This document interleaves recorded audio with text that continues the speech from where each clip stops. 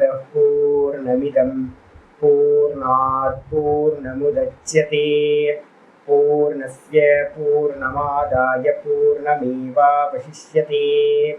ॐ शान्ति शान्ति शान्तिः। ॐ शुक्लाम्बरधरं विष्णुं शशिवर्णं चतुर्भुजं प्रसन्नवदनं ध्यायेत् सर्वविघ्नोपशान्तये। ॐ व्यासं वसिष्ठनप्तारं शक्ते पौत्रमकल्मषं पराशरात्मजं वन्दे सुखतातं तपोनिधिं। व्यासाय विष्णुरूपाय व्यासरूपाय विष्णवे नमो वै ब्रह्मनिधये वासिष्ठाय नमो नमः। ॐ गुरुर्ब्रह्मा गुरुर्विष्णुर्गुरुर्देवो महेश्वरः गुरुसाक्षात् परं ब्रह्म तस्मै श्रीगुरवे नमः। सदाशिवसमारम्भां शङ्कराचार्यमध्यमाम् अस्मदाचार्यपर्यन्तां वन्दे गुरुपरम्पराम्। ॐ यो ब्रह्माणं विदधाति पूर्वं यो वै वेदांश्च प्रहिणोति तस्मै तदेवमात्मबुद्धिप्रकाशं मुमुक्षुर्वै शरणमहं प्रपद्ये। ॐ शान्ति शान्ति शान्तिः। ॐ वसुदेवसुतं देवं कंसचाणूरमर्दनं देवकी परमानन्दं कृष्णं वन्दे जगद्गुरुं। यं ब्रह्मा वरुणेन्द्ररुद्रमरुतः स्तुन्वन्ति दिव्यैस्तवैः वेदैः साङ्गपदक्रमोपनिषदैः गायन्ति यं सामगाः ध्यानावस्थिततद्गतेन मनसा पश्यन्ति यं योगिनः यस्यान्तं न विदुःसुरासुरगणाः। देवाय तस्मै नमः देवाय तस्मै नमः। ॐ श्रीकृष्णाय परमात्मने नमः। श्रीकृष्ण कृष्ण कृष्ण। ॐ नारायणः परो व्यक्तात् अण्डमव्यक्तसम्भवम् अण्डस्यान्तस्मिन् लोकाः सप्तद्वीपा च मेदिनी। ॐ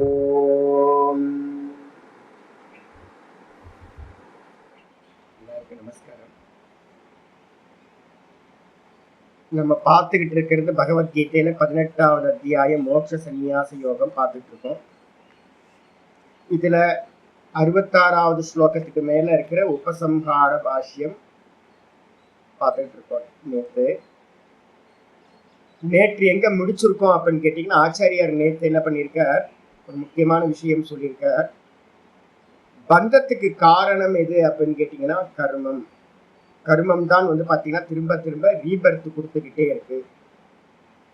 அப்ப அந்த கர்மம் எப்படி உண்டாகுது அப்படின்னும் போது அதுக்கு பீஜம் எது அப்படின்னு கேட்டீங்கன்னா, எங்கெங்கெல்லாம் கர்மம் நடக்குமோ அங்கெல்லாம் ஒரு ஆசை இருக்கும், காமம் இருக்கும். காமத்துக்கு பின்னாடி பாத்தீங்கன்னா ஒரு சங்கல்பம் இருக்கும். சங்கல்பத்துக்கு பின்னாடி ஒரு ஸ்மிருதி, ஒரு நினைவு இருக்கும். அந்த நினைவு எங்க இருந்து வருது அப்படின்னு கேட்டீங்கன்னா, சித்தத்துல பதிவாயிருக்கிற முந்தின வாசனைகள்ல இருந்து உண்டாகுது.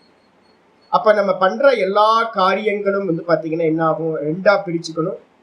எந்த கர்மா பண்ணினாலும் அந்த கர்மா பாத்தீங்கன்னா புண்ணியம் பாப்பம் அப்படின்னு ஆயிடும். அது பாத்தீங்க அப்படின்னா ரீபர்த்துக்கு காரணமா, தேகத்தை அடையறதுக்கு காரணமாயிடுது. அந்த கர்மத்தினால உண்டாகக்கூடிய புண்ணியத்தினால சுகமும் பாப்பத்தினால துக்கமும் நம்ம பாத்தீங்கன்னா அனுபவிக்கிறோம்.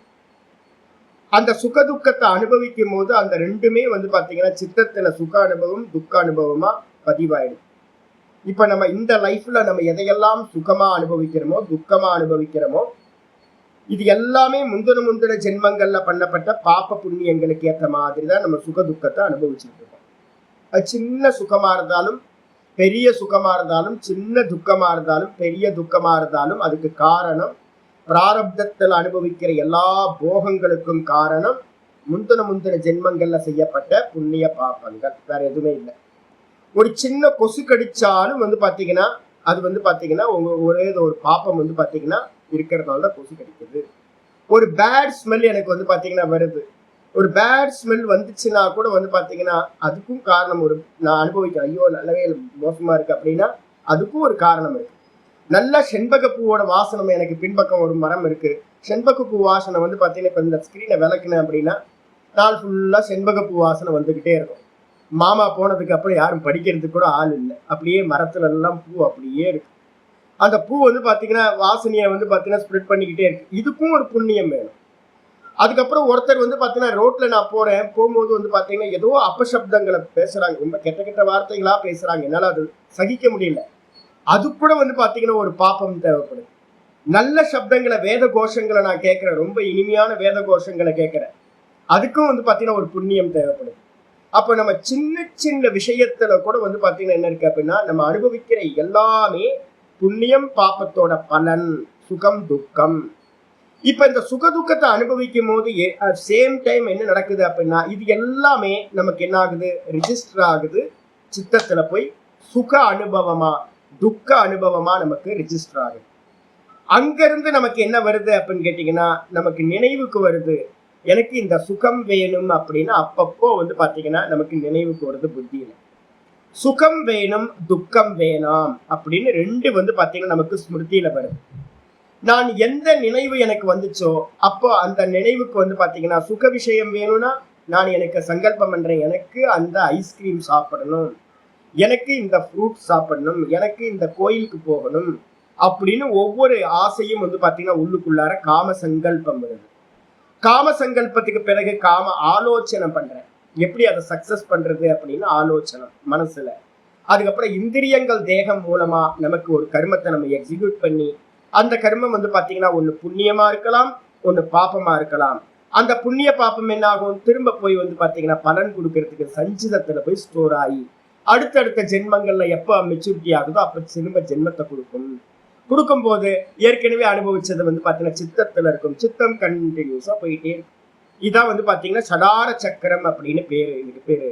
இந்த லைஃப் ஸ்டைல் வந்து பாத்தீங்கன்னா நமக்கு சம்சாரம்ன்றது வந்து பாத்தீங்கன்னா லைஃப் ஸ்டைல் வந்து இந்த விதத்துலதான் போயிட்டு இருக்கு. நமக்கு தெரியவே தெரியாது, ஆட்டோவா நமக்கு வந்து பாத்தீங்கன்னா எல்லாம் நடந்துட்டு நினைக்கிறோம், பின்னாடி ஒரு பெரிய இன்ஜினியரிங் வந்து பாத்தீங்கன்னா இருந்துருக்கு. அப்ப ஆச்சாரியார் என்ன சொல்றாருன்னு கேட்டீங்கன்னா நேற்று பாடத்துல சொல்றாரு, ஆகையினால் என்ன பண்ணணும் அப்படின்னு கேட்டீங்கன்னா சர்வ கர்ம சந்நியாசம் பண்ணிட்டு தான் வந்து பாத்தீங்கன்னா ஞான நிஷ்டையினால வந்து பாத்தீங்கன்னா 100% சம்சாரத்தோட உபரதி உண்டாகும். 149வது பேஜ்ல நடுவுல வந்து பாத்தீங்கன்னா ஆச்சாரியார் சொல்லியிருந்தார், சர்வ கர்ம சந்நியாசம் பண்றது மூலமா. சர்வ கர்ம சந்நியாசம் அப்படின்னு நம்ம வந்து பாத்தீங்கன்னா எல்லா இடத்துலயும் சொல்லிடுவோம். அதாவது வந்து பாத்தீங்கன்னா நார்த் இந்தியாவில வந்து பாத்தீங்கன்னா எங்க ஆச்சாரியார்கள்லாம் யோக வாசிஷ்டத்துக்கு ரொம்ப இம்பார்ட்டன்ஸ் கொடுப்பாங்க. எங்கேயாவது இன்ஸ்டிடியூஷன் போனீங்க அப்படின்னா கர்மம் நாசமாகணும்னு சொல்லுவாங்க. ஆனா கூடவே நம்ம என்ன பண்ணிக்கணும் அப்படின்னா கர்மத்தை மட்டும் எடுத்துக்க கூடாது, என்ன பண்ணணும் அப்படின்னா வாசனைகளையும் எடுத்துக்கொள்ள வேண்டும். ஏன் அப்படின்னா நம்ம வெளியில பண்றது கர்மா, இதை நிப்பாட்டினா போதுமா அப்படின்னு கேட்டீங்கன்னா வெறும் வெளியில இருக்கிறத நிப்பாட்டினா பத்தாது. இதுக்கு மூல காரணமா என்ன இருக்கு அப்படின்னா காம ஆலோசனம் இருக்கு, விஷய சிந்தனம். அதுக்கு பின்னாடி எது அப்படின்னா காம சங்கல்பம் இருக்கு. அதுக்கப்புறம் ஸ்மிருதி இருக்கு, ஸ்மிருதிக்கு பின்னாடி வாசனா இருக்கு. அப்ப இந்த நாளும் வந்து பாத்தீங்கன்னா எரேஸ் பண்ணினா மட்டும்தான் நமக்கு வந்து கர்மம் சம்பவிக்காது. அப்போ முதல்ல வந்து பாத்தீங்கன்னா ஸ்தூலமா ஒரு சந்நியாசம் எடுத்து கர்மத்தை எல்லாத்தையும் விடுறதுன்னு சொல்றது வந்து பாத்தீங்கன்னா ஸ்தூல சந்நியாசம். அதுக்கப்புறம் வந்து பாத்தீங்கன்னா வாசனாட்சய பூர்வகம், யார் வந்து பாத்தீங்கன்னா சர்வத்தையும் நாசம் பண்றானோ அவனுக்கு தான் ஜீவன் முக்தியானது, ஆத்ம நிஷ்டையானது வந்து பாத்தீங்கன்னா ஒருத்தருக்கு உண்டாகுது. இதுதான் வந்து பாத்தீங்கன்னா ப்ராசஸ். கர்மத்தோடு சேர்ந்தே ஒரு டேக் மாதிரி என்ன வந்துடும் அப்படின்னு கேட்டீங்கன்னா ஷர்ட்டோட இருக்கிற டேக் மாதிரி நீங்க கர்மத்தோட சேர்ந்து வாசனையும் கிரகணம் பண்ணணும். வித்தவுட் வாசனா உங்களுக்கு வந்து பாத்தீங்கன்னா கர்மம் சம்பவிக்காது. நம்ம டே டு லைஃப்ல என்னென்னலாம் ஆக்ஷன் பண்றோமோ அது எல்லாமே வந்து பாத்தீங்க அப்படின்னா சின்ன சின்ன ஆக்ஷனுக்கு பின்னாடியும் ஒரு வாசனா பூர்வ சம்ஸ்காரமானது கண்டிப்பா இருக்கு அப்படின்னு வந்து பாத்தீங்கன்னா சொல்லியாச்சு. 3:33 இருந்து 3:39-40 வரைக்கும் வந்து பாத்தீங்கன்னா ஆச்சாரியார் இந்த விஷயங்களை 3வது சாப்டர்ல இருக்கிறத சொல்றார் ஆச்சாரியார். அதனால வந்து பாத்தீங்கன்னா நமக்கு புரிஞ்சதுக்கு பிறகு இன்னைக்கு பாட்டம் எங்க இருந்து ஆரம்பிக்குது அப்படின்னா 150வது பேஜ். நேற்று நம்ம வந்து எங்க விட்டோமோ அங்க இருந்து ஆரம்பிக்கிறேன். பூர்வ பக்ஷி வந்து பாத்தீங்கன்னா என்ன பண்றான், ஒரு கேள்வி கேட்கிறான். அதிர்ஷ்ட விஷய சோதனா பிராமான்யாத் ஆத்ம கர்த்தவியம் கௌணைஹி தேகாந்திரி ஆத்மபிஹி கிரியதே விச்சே. இப்ப நமக்கு வந்து பாத்தீங்கன்னா ஸ்ருதிகள் எல்லாமே பூர்வ காண்டம் இருக்குல்ல, இந்த பூர்வ காண்ட விஷயத்தை இங்க கொண்டு வர போறார் ஆச்சாரியார். வேதத்துல இருக்கிறது எல்லாமே என்னன்னு கேட்டீங்கன்னா பூர்வ பாகத்துல சொர்க்கத்தை அடையிறதுக்காக தான் கருமங்களை எல்லாத்தையுமே சொல்லுது. சொர்க்கத்தை அடையிறதுக்காகத்தான் எல்லாமே. ஒரே ஒரு கர்மா மட்டும் வந்து பாத்தீங்கன்னா ஒரு இது இருக்கு, விதிவிலக்கு இருக்கு. என்ன அப்படின்னா மோட்சத்தோட இந்த பிரம்மலோகம்னு ஒண்ணு சொல்றோம் பாத்தீங்களா, அந்த பிரம்மலோகத்துல சாலோக்கியத்தை அடையிறதுக்கான சாமர்த்தியம் ஒரே ஒரு கர்மாக்கு. என்ன கர்மானா அஸ்வமேத யாகம் அப்படின்னு சொல்லக்கூடிய யாகம். ஒரே ஒரு யாகம் தான். அது மட்டும்தான் வந்து பாத்தீங்கன்னா என்ன பண்ணிருக்கு, இந்த பிரம்மலோகத்துக்குள்ளார அது சாலோக்கியத்தை மட்டும் அடைய முடியும். அதுக்கு மேல போக முடியாது. மீதி இருக்கிற எல்லா கர்மங்களும் என்னெல்லாம் நம்ம பண்றோமோ, இஷ்டம், பூர்த்தம், தத்தம், தானம்னு சொல்லக்கூடிய 4 விதமான கர்மங்களும் வைதிக கர்மங்களும் என்ன பண்ணும் அப்படின்னா சொர்க்கத்து வரைக்கும் தான் உங்களுக்கு கொண்டுட்டு போகும். அப்ப நம்ம தெளிவா சொல்றோம் என்னன்னா, எங்க அப்பா வந்து பாத்தீங்கன்னா சொர்க்கத்துக்கு போயிட்டார், இறந்த பிறகு சொர்க்கத்துக்கு போயிட்டார். அந்த வண்டிக்கு பேரு சொர்க்க ரதம் அப்படின்னு வச்சிருக்கோம். அப்ப வந்து சொர்க்கத்துக்கு போயிட்டார் அப்படின்னா பாடி அப்படின்னு கேட்டீங்கன்னா எப்படி சொர்க்கத்துக்கு போனார்? நிறைய புண்ணியம் பண்ணார் அவரு, நிறைய வந்து வைத்திய கர்மங்கள்லாம், நிறைய தான தர்மங்கள்லாம் பண்ணார், யஜ்யங்கள்லாம் பண்ணார். அப்ப எங்க அப்பா கண்டிப்பா வந்து பாத்தீங்கன்னா சொர்க்கத்துக்கு தான் எங்க அப்பா போயிருக்கணும். அப்ப தேகம் எரிச்சிட்டீங்களேப்பா, தேகம் தானே காரியங்கள்லாம் பண்ணுச்சு அப்படின்னு கேட்டீங்கன்னா இல்ல இல்ல, தேகம் வந்து பாத்தீங்கன்னா கவுன ஆத்மா. தேகம் வந்து கவுனம், செகண்டரி தான். முக்கிய ஆத்மா வந்து பாத்தீங்கன்னா அந்த என்னோட அப்பா முக்கிய ஆத்மா சொர்க்கத்துக்கு போயிட்டார். இந்த கருமத்தை எல்லாத்தையும் பண்ணன இந்த தேகம் வந்து பாத்தீங்கன்னா கவுனாத்மா இங்கே எரிஞ்சு போச்சு. அதே மாதிரிதான் இப்ப நம்ம சொல்றோம் நான் முக்கிய ஆத்மா. நான் வந்து பாத்தீங்க அப்படின்னா என்னுடைய பர்பஸ்க்காக என்ன பண்ணுதுன்னா இந்த கவுனாத்மாவா இருக்கிற இந்த தேகாதிகள் என்ன பண்ணுதுன்னா கிரியைகள்ல ஈடுபட்டு கர்மங்களை செய்கின்றது அப்படின்னு வந்து எடுத்துக்கலாமே அப்படின்னு இவன் பூர்வ பக்ஷி வந்து பாத்தீங்கன்னா சொல்றான். அதிர்ஷ்ட விஷயம் அப்படின்னா கண்ணுக்கு தெரியாத பரலோக விஷயங்கள், சொர்க்கம் வரைக்கும் இருக்கக்கூடிய லோகங்கள் அதிர்ஷ்டம். அந்த அதிர்ஷ்ட விஷயங்களை அடையறதுக்கான சோதனா அப்படின்னா எது அப்படின்னா எது நம்ம வேதத்துல சொல்லக்கூடிய விதிகளுக்கு எல்லாம் பேரு சோதனான்னு பேரு. அந்த வேதத்துல சொல்லக்கூடிய அந்த பரலோக விஷயங்களை அடையறதுக்கான விதிகள் எல்லாம் சோதனா பிராமான்யா, பிரமாணமா நம்ம ஸ்வீகாரம் பண்றோம். அப்படி ஸ்வீகாரம் பண்றது மூலமா என்ன தெரியுது நமக்கு அப்படின்னு கேட்டீங்கன்னா ஆத்ம கர்த்தவியம். என்னோட செய்ய வேண்டிய வேலையை, எனக்கான வேலையை நான் ஒரு சோமயாகம் பண்ணணும். ஏன்? நான் சொர்க்கத்துக்கு போகணும். அப்ப நான் சொர்க்கத்துக்கு போகணும்னு நான் தான் சொர்க்கத்துக்கு போறேன். அப்ப முக்கிய ஆத்மா யாரு? நான். யாரு கர்மத்தை ஆனா அந்த சோமயாகத்தை யாரு பண்றா அப்படின்னு கேட்டீங்கன்னா கவுனைகி தேகேந்திரியாதிபிகி கிரியதே. இது கவுனமா இருக்க செகண்டரியா இருக்கிற இந்த தேகாதிகள் வந்து பாத்தீங்கன்னா நான் சொர்க்கத்துக்கு போறதுக்காக இந்த தேகாதிகள் கர்மத்தை பண்ணுகின்றது அப்படின்னு எடுத்துக்கிட்டா என்ன அப்படின்னு பூர்வபக்ஷி கேட்கிறான். கேட்ட மாத்திரத்துல இப்ப நம்ம சனாதன தர்மத்துல எல்லாத்துக்கும் வந்து பாத்தீங்கன்னா இந்த ரூல் தான் அப்ளை ஆகுது. நம்ம எல்லாத்துக்கும் தெரியும், நான் இறந்து போன பிறகு என்னோட பாடியை எரிச்சிடுவாங்க, ஆனா நான் பரலோகத்துக்கு போறேன் அப்படின்னு எல்லாத்துக்கும் தெரியும்.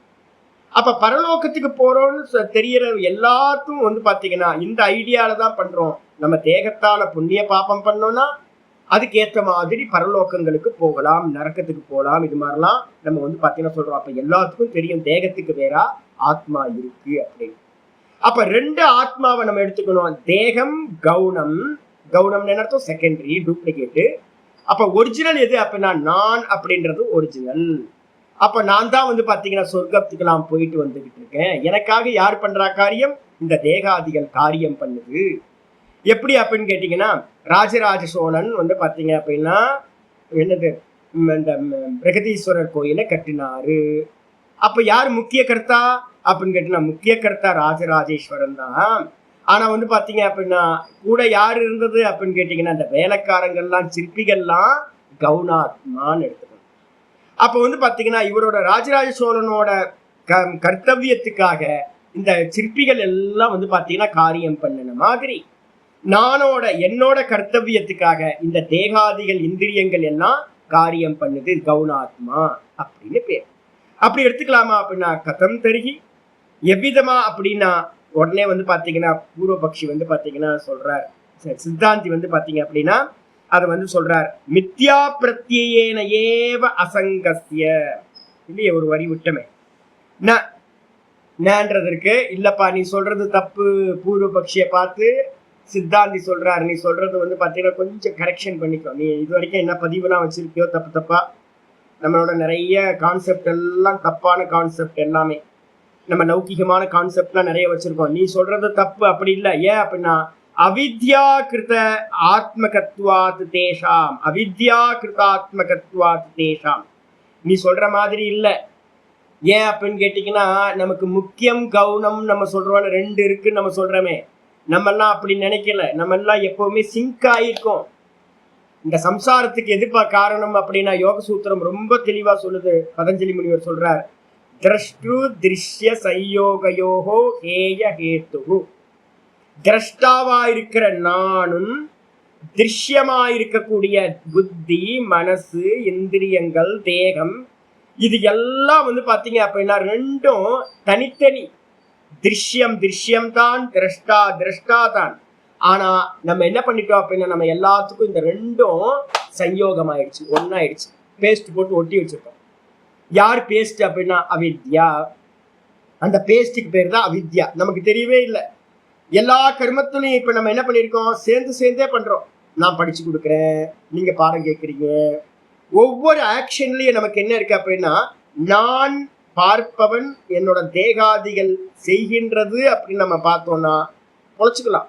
ஆனா நம்ம என்ன பண்றோம் அப்படின்னு கேட்டீங்கன்னா, இந்த தேகாதிகளோட சிங்காயே இருக்கிறதுனால நம்ம எல்லா போகத்தையும் வந்து பாத்தீங்க அப்படின்னா அனுபவிச்சுக்கிட்டே இருக்கோம். இந்த ரெண்டுமே வந்து பாத்தீங்கன்னா அத்தியந்த அசங்கீரண யோகம் 3:36 வந்து பாத்தீங்கன்னா ஒரு சூத்திரம் இருக்கு. அதுல சொல்லுது என்னன்னு கேட்டீங்கன்னா, இந்த திரஷ்டான்னு சொல்லக்கூடிய நானும் திருஷ்யம்னு சொல்லக்கூடிய இந்த தேகாதிகளும் அத்தியந்த அசங்கீரண யோகம், ஒன்னோட ஒண்ணு சேரவே சேராது. எந்த காலத்திலையும் திரஷ்டா திருஷ்யமா ஆகவே முடியாது. திருஷ்யம் எப்பவுமே திரஷ்டா ஆகவே முடியாது. தண்ணியும் எண்ணெயும் ஒன்னா சேரவே சேராது, அது மாதிரி. ஆனா என்ன அப்படின்னு கேட்டீங்கன்னா, நம்ம ரெண்டுத்தையும் ஒன்று பண்ணி வச்சிருக்கோம். அவிசேஷ போகா, பிரத்யாவிசேஷ போகா. போகம் எப்படி தெரியல சம்பவிக்குது, இந்த ரெண்டுத்தையும் நம்ம என்ன பண்ணிட்டோம் அப்படின்னு கேட்டீங்கன்னா ஒண்ணுன்னு நினைச்சிட்டோம். அப்ப இந்த தேகம் திரஷ்டாவா இருக்கிற எண்ணெயும் திருஷ்யமா இருக்கிற இந்த தேகாதிகளையும் ஒன்னாக்குனதுனால, நான் அப்படின்னு இந்த தேகாதிகளை நான் அப்படின்னு எனக்கு ஒரே அறிவு உண்டாகுது. அந்த அறிவுனாலதான் வந்து பாத்தீங்கன்னா போகமானது சம்பவிக்குது. அப்ப போகம் சம்பவிக்குது அப்படின்னா, நமக்கு எந்த போகம் சம்பவிக்கிறதா இருந்தாலும் இந்த தேகாதிகளோட நமக்கு என்ன இருக்கணும், சிங்கானாதான் சுகதுக்க போகம் கிடைக்கும். சம்சாரம் இதுதான். அப்ப வந்து பாத்தீங்கன்னா இதுக்கு என்ன காரணம் சுவாமி அப்படின்னா, விவேகமின்மை, விசாரமின்மை. திரஷ்டாவ திரஷ்டானும் திருஷ்யத்தை திருஷ்யனும் பார்க்காத அந்த விசாரமின்மைக்கு என்ன பேரு அப்படின்னா அவித்யான்னு பேரு. அவித்யான்னு வேற எதுவுமே இல்லை. இப்ப உட்கார்ந்து ஏன் சுவாமி மணிக்கணக்கா வந்து பேசிக்கிட்டே இருக்கோங்க. இப்ப யோசிச்சு பார்த்தா எனக்கு தெரியுது, ஐயோ 630 கிளாஸ் கிட்ட ஆயிடுச்சா, எவனால பகவத்கீதை இவ்வளவு காலம் பண்ணுவானா அப்ப நான் காலம் ஃபுல்லா பண்ணிட்டு இருக்கலாம். எனக்கு ராமகிருஷ்ண மடத்துல வந்து பாத்தீங்கன்னா ஒரு சுவாமி இருந்தார். அவர் வந்து பாத்தீங்க அப்படின்னா 40 வருஷமா ஒரே ஒரு உபனிஷத்து மட்டும்தான் 40 வருஷமா அபியாசம் பண்ணிட்டு இருந்தார். 40 வருஷமா என்ன உபனிஷத்துனா மாண்டூக்கிய உபனிஷத்து 1 எடுத்து வச்சுக்கிட்டு, அப்ப 40 வருஷம் எத்தனை வாட்டி ஆவருத்தி பண்ணியிருப்பாருன்னு பாருங்க. மாண்டூக்கிய காரிக்கா மொத்த உபனிஷத்து 12 மந்திரம் தான். காரிக்கைகள் வந்து பாத்தீங்கன்னா 195 எவ்வளவுதான் காரிக்கைகள். அப்ப அதை வந்து பாத்தீங்கன்னா 40 வருஷமா ஒருத்தர் அபியாசம் பண்ணியிருக்காருன்னா என்ன சுவாமி அப்படின்னு கேட்டீங்கன்னா, இந்த செப்பரேஷன் நடக்கணும். நான் இந்த தேகம் இல்லை, நான் இந்த தேகம் இல்லை, நான் இந்த தேகம் இல்லை, இது திருஷ்யம், இது திருஷ்யம், இது திருஷ்யம்னு புத்தியில நல்லா திரும்ப திரும்ப திரும்ப அபியாசம் பண்ணணும். விசாரம் பண்ணிக்கிட்டே இருக்கணும். விசாரம் பண்ணலைன்னா சேர்ந்துடும். சதா காலமும் 24 மணி நேரம் இந்த விசாரத்தை கொண்டு வந்துட்டோம் அப்படின்னா நாம் பார்க்கிறவன் அப்படின்னு நின்னா அதான் வித்யான்னு பேர். அவித்யா இது அப்படின்னா விசாரம் விவேகம் பண்ணாம இருக்கிறது அவித்யா. ஆச்சாரியர் சொல்றாரு, ந அவித்யா கிருத ஆத்மகத்வா தேஷாம். நம்ம அவித்யினால் செய்யப்பட்டதாக விசாரம் இன்மையினால விவேகம் இல்லாத காரணத்தினால தேகாதிகள் எல்லாத்திலையும் நான்ற அபிமானம் நமக்கு உண்டாயிருக்கு. அப்ப தேகாதிகள்ல நான் அப்படின்ற அபிமானத்துக்கு காரணம் அவித்யா. ந கௌணா ஆத்மனோ தேகாந்திரியாதயா. இது கௌண ஆத்மான்னு நீ சொல்றியே, அப்படி இல்லை. கௌணாத்மால என்ன இருக்கும் அப்படின்னா நான் ஏற்கனவே சொல்லியிருக்கேன், சிங்கம் தனியா தெரியும், தேவதத்தன் தனியா தெரியுவான். தேவதத்தனை நீங்க சிங்கம்னு ஸ்துதி பண்ணும் போது கூட தேவதத்தனுக்கு என்ன தெரியும்? நான் சிங்கம் இல்லை, என்ன ஸ்துதி பண்றாங்கன்னு தெரியும். மாணவன் அக்னி அப்படின்னும் போது மாணவனுக்கு நல்லா தெரியும் நான் அக்னி இல்லை அப்படின்னு. ஸ்துதி பண்றவருக்கும் தெரியும் ரெண்டும் வேற வேறன்னு. ஸ்துதியை ஸ்வீகாரம் பண்ணிக்கிறவனுக்கும் தெரியும் என்னது இது ரெண்டும் வேற வேற அப்படின்னு. இப்ப நமக்கு எப்படி அப்படின்னு கேட்டீங்கன்னா நமக்கு அப்படி இல்லை. நமக்கு வந்து பாத்தீங்கன்னா நான் தேகம் அப்படின்றது ஸ்துதிக்காக சொல்றாங்க. நீங்க தேகம் ஜி அப்படின்னா எல்லா இடத்துலயும் போட்டோவை வந்து பாத்தீங்கன்னா பரமஹம்சானந்தன் நான் ஆதார்ல இருந்து எல்லாத்துலயும் வந்து போட்டோவை வச்சிருக்கோம்ல, அபிமானம் இருக்குல்ல. போட்டோவை வந்து மாத்தணும் ஜி, என் பழைய போட்டோ வந்து நல்லவே இல்லை, அந்த ஆதார்ல வந்து பாத்தீங்கன்னா தப்பு தப்பா போட்டிருக்கான், புது போட்டோ கொடுத்து மாத்தணும், எப்படியாவது இருக்கட்டுமேப்பா. இல்ல நல்ல போட்டோ கொடுக்கணும். அபிமானம் இருக்கா? அப்ப கவுனமா முக்கியமான்னு கேட்டீங்கன்னா நமக்கு வந்து கவுனமா இல்ல, நமக்கு என்ன இருக்குன்னா சிங்கா இருக்கும். நம்ம ரெண்டு இல்ல, நமக்கு செப்பரேட்டா தெரியல ரெண்டும். எங்கேயாவது சிங்கோ தேவதத்தகன்றதுல செப்பரேட்டா தெரியுது, அங்க அவனுக்கும் தெரியும் புகழ்றவருக்கும் தெரியும். ஆனா நீங்களோ நானும் இந்த நான் தேகம் அப்படின்றதுல என்ன பண்ணிட்டோம், முக்கியமா இருக்கக்கூடிய நானும் கவுனமா இருக்கக்கூடிய இந்த தேகத்தையும் ஒன்னாக்கி வச்சிருக்கோம். இந்த தேகத்துக்கு எது நடந்தாலும் வந்து பாத்தீங்கன்னா நான் பண்றேன் எனக்கு நடக்குதுன்னு நம்ம வந்து பாத்தீங்கன்னா பண்றோம். இதுக்கு என்ன பேரு அப்படின்னா சிங்கா இருக்கிறதுக்கு பேரு அவித்யான்னு பேரு. கவுன ஆத்மாலாம் இல்ல, இதுக்கு பேரு அவித்யா அப்படின்னு பேரு. அப்ப ஆச்சாரிய சொல்ற கதம் தெரியும் ஏன் அப்படி நடக்குது, ஏன் கவுனம்னு சொல்றீங்க அப்படின்னா ஆச்சாரிய சொல்றாரு மித்யா பிரத்யேன ஏவ. இது என்ன அறிவு அப்படின்னா மித்தியா அறிவு, பொய்யறிவுன்னு பேரு. மித்தியானா என்ன அர்த்தம்? பொய்யறிவு. எது மித்தியா அப்படின்னா இல்லாதது கண்ணுக்கு தெரிஞ்சதுன்னா அது பொய். அதத்ரூப பிரதிஷ்டம் அப்படின்னு வந்து பாத்தீங்கன்னா யோக சூத்திரம் சொல்லுது. பொய்யறிவுனா என்ன சுவாமி அப்படின்னு கேட்டீங்கன்னா பொய்யறிவுனா என்ன அப்படின்னா இல்லாத ஒண்ண நான் அப்படின்னு வேற ஒன்னா பார்த்தோம் அப்படின்னா அது பொய்யறிவு. இந்த தேகம் நான் இல்லை, ஆனா இந்த தேகம் நான் இல்லாத இந்த தேகத்தை நான் என்று நான் வந்து பாத்தீங்கன்னா அபிமானப்படுறேன்னா அதுக்கு பேரு மித்தியா ஞானம்னு பேரு. ஆச்சாரிய சொல்றாரு மித்தியா பிரத்யேன ஏவ, இந்த பொய்யறிவினால் மட்டுமே அசங்கஸ்ய ஆத்மனக. இந்த ஆத்மா எப்படிப்பட்டது?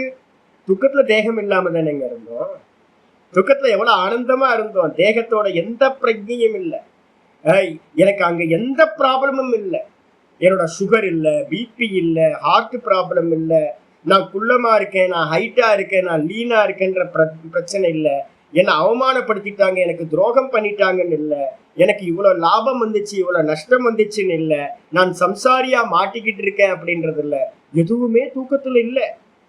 அப்ப ஆனந்தமா இருந்தோமே, தேகம் இல்லாம ஆனந்தமா தானே இருந்தோம்.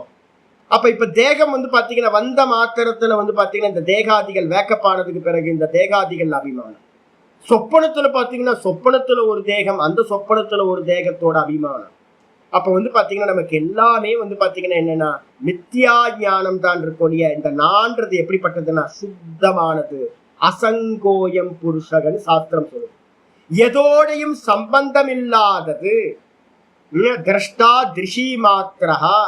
இந்த திரஷ்டாவானவன் எப்படிப்பட்டவன்? வெறும் சைத்தன்ய மாத்திரமானவன், வெறும் பிரகாசம், வெறும் அறிவு. இந்த பிரகாசம் இப்ப நம்ம என் ரூம்ல வந்து பாத்தீங்கன்னா லைட் 4 லைட் போட்டு வச்சிருக்கேன். இந்த 4 லைட்டும் பிரகாசமும் இந்த பரமஹம்சானந்தாவோட அதுக்கு எந்த சம்பந்தமும் இல்லை.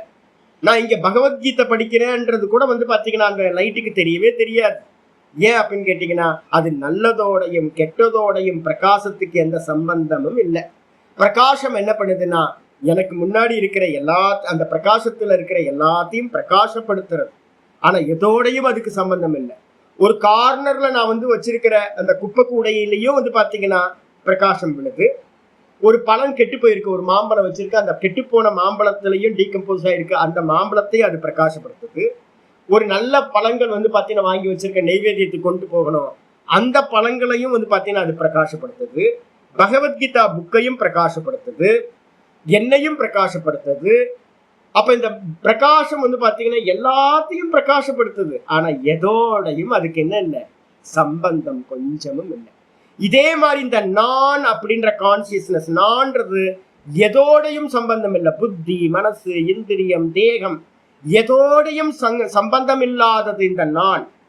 அந்த ஆத்மா வந்து பாத்தீங்கன்னா அசங்கசிய ஆத்மனக, அசங்கம்னு சம்பந்தம் இல்லாத ஆத்மாவிற்கு சங்கத்திய ஆத்மத்துவம் ஆபத்தியதே.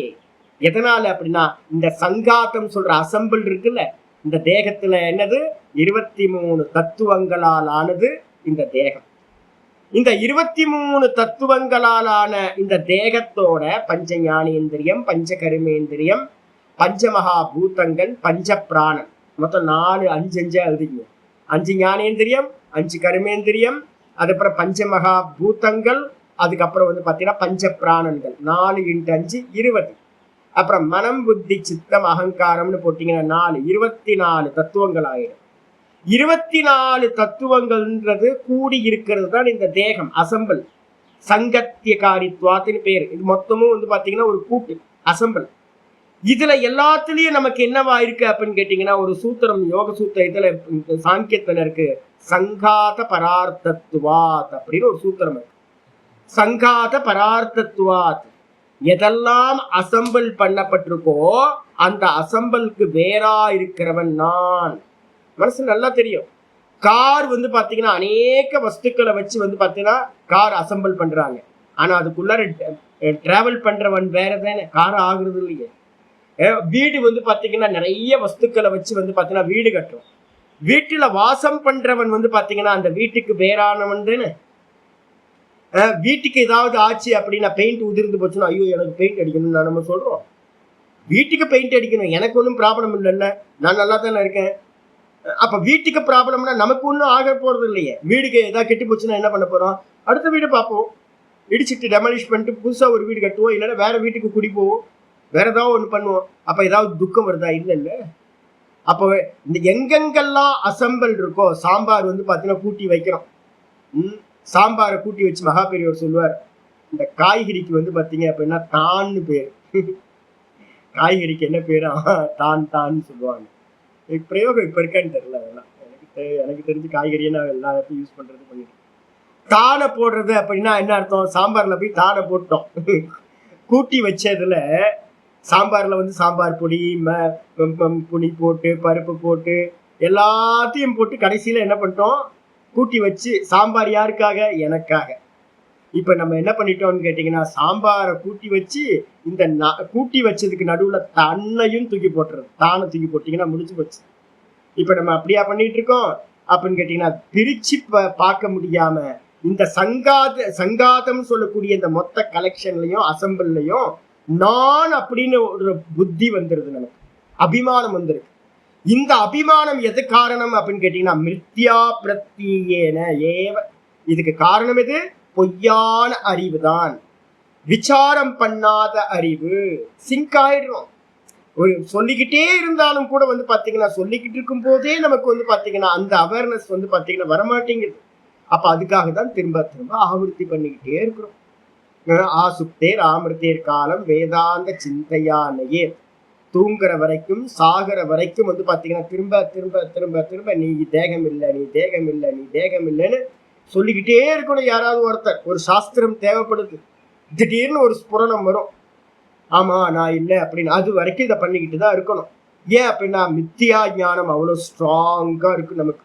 அப்ப மித்தியா ஞானத்தினால உண்டாகிறது தத் ஆபத்தியதே தத் அபாவே அபாவா.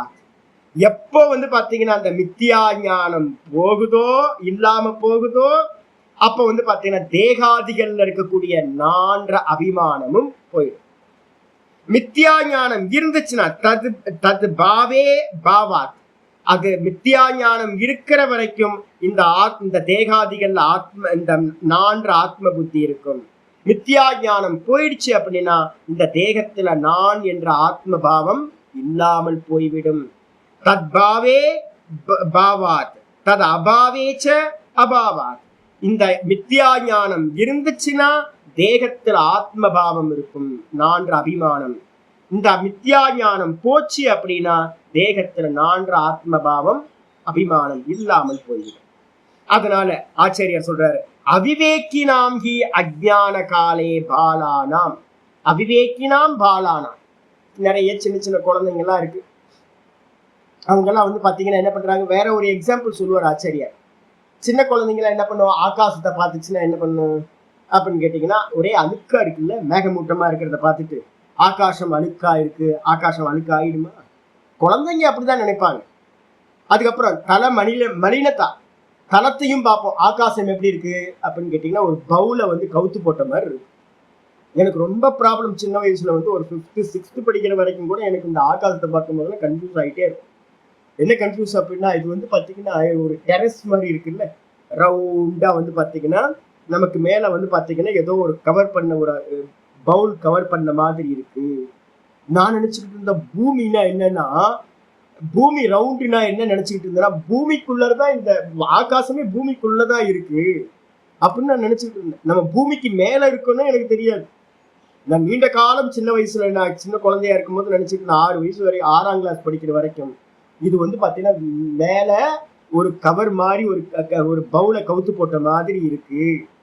இது என்னது இவ்வளவு அழுக்கா, டீப்பா ஒரு அழுக்கா இருக்குல்ல, இருட்டா இருக்கே, உள்ளுக்குள்ளார ஒரு அழுக்கா இருக்கே, மேகமூட்டத்தினால அழுக்காயிடுச்சு அப்படின்னு. இதெல்லாம் அஜ்ஞானத்தினால சின்ன குழந்தைங்களுக்கு உண்டாகிறது, விவேகம் இல்லாதது அப்படின்னு ஆச்சாரியார் சொல்வார்.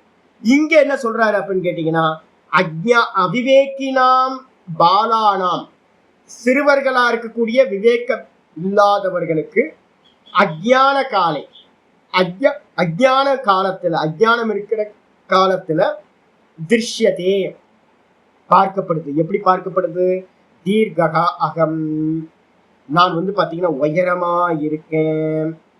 அதுக்கப்புறம் வந்து பாத்தீங்கன்னா கௌரகா அகம், நான் வெள்ளையா இருக்கேன், செவப்பா இருக்கேன். நமக்குலாம் அபிமானம் இருக்குல்ல. சின்ன வயசுல எல்லாம் வந்து பாத்தீங்கன்னா எனக்கு ரொம்ப அபிமானம். சின்ன வயசுல வந்து பாத்தீங்கன்னா எல்லாரும் என்ன வந்து, நான் ஹைட் ரொம்ப கம்மியா இருக்கிறதுனால ரொம்ப டீஸ் பண்ணிக்கிட்டே இருப்பாங்க. எனக்கு ஐயோ, நம்ம வந்து பாத்தீங்கன்னா நான் சுத்துக்கெல்லாம் வந்து பாத்தீங்கன்னா ஓட்டத்துக்கெல்லாம் நான் 8 அடி வளர்ந்துருக்கணும். சின்ன வயசுல வந்து ஜாக்கிங் அவ்வளோ ஜாக்கிங் பண்ணியிருக்கேன், எக்ஸசைஸ் பண்ணி வளரவே இல்லை, ஹைட்டே ஆகல. அப்ப என்ன பண்றது அப்படின்னு எனக்குள்ளார ரொம்ப கில்ட்டி கான்சியஸ்னஸ். என்ன அப்படின்னா, நான் உயரமா இல்லையே எல்லாத்துக்கும் இருக்குல்ல. அதே மாதிரி வந்து பாத்தீங்கன்னா என் கூட ஒரு ஃப்ரெண்ட் இருந்தார், அவர் சூசைட் பண்ணிட்டார். ரொம்ப அற்புதமான ஆத்மா, ஆனா சூசைட் பண்ணிட்டார். என்ன அப்படின்னு கேட்டீங்கன்னா, அப்படி ஒரு கறி கட்ட மாதிரி இருப்பாரு. அப்படியே கறினா கறிதான், நீங்க தொட்டு வந்து பாத்தீங்கன்னா பொட்டு வச்சுக்கலாம், அந்த அளவு பிளாக் நான் இது வரைக்கும் பார்த்ததே இல்லை. அந்த ஒரு கில்ட்டி கான்சியஸ்னஸ்னாலேயே என்ன பண்ணிட்டாரு அப்படின்னு கேட்டீங்கன்னா, அவரால் எங்கேயுமே பப்ளிக்ல போக முடியல.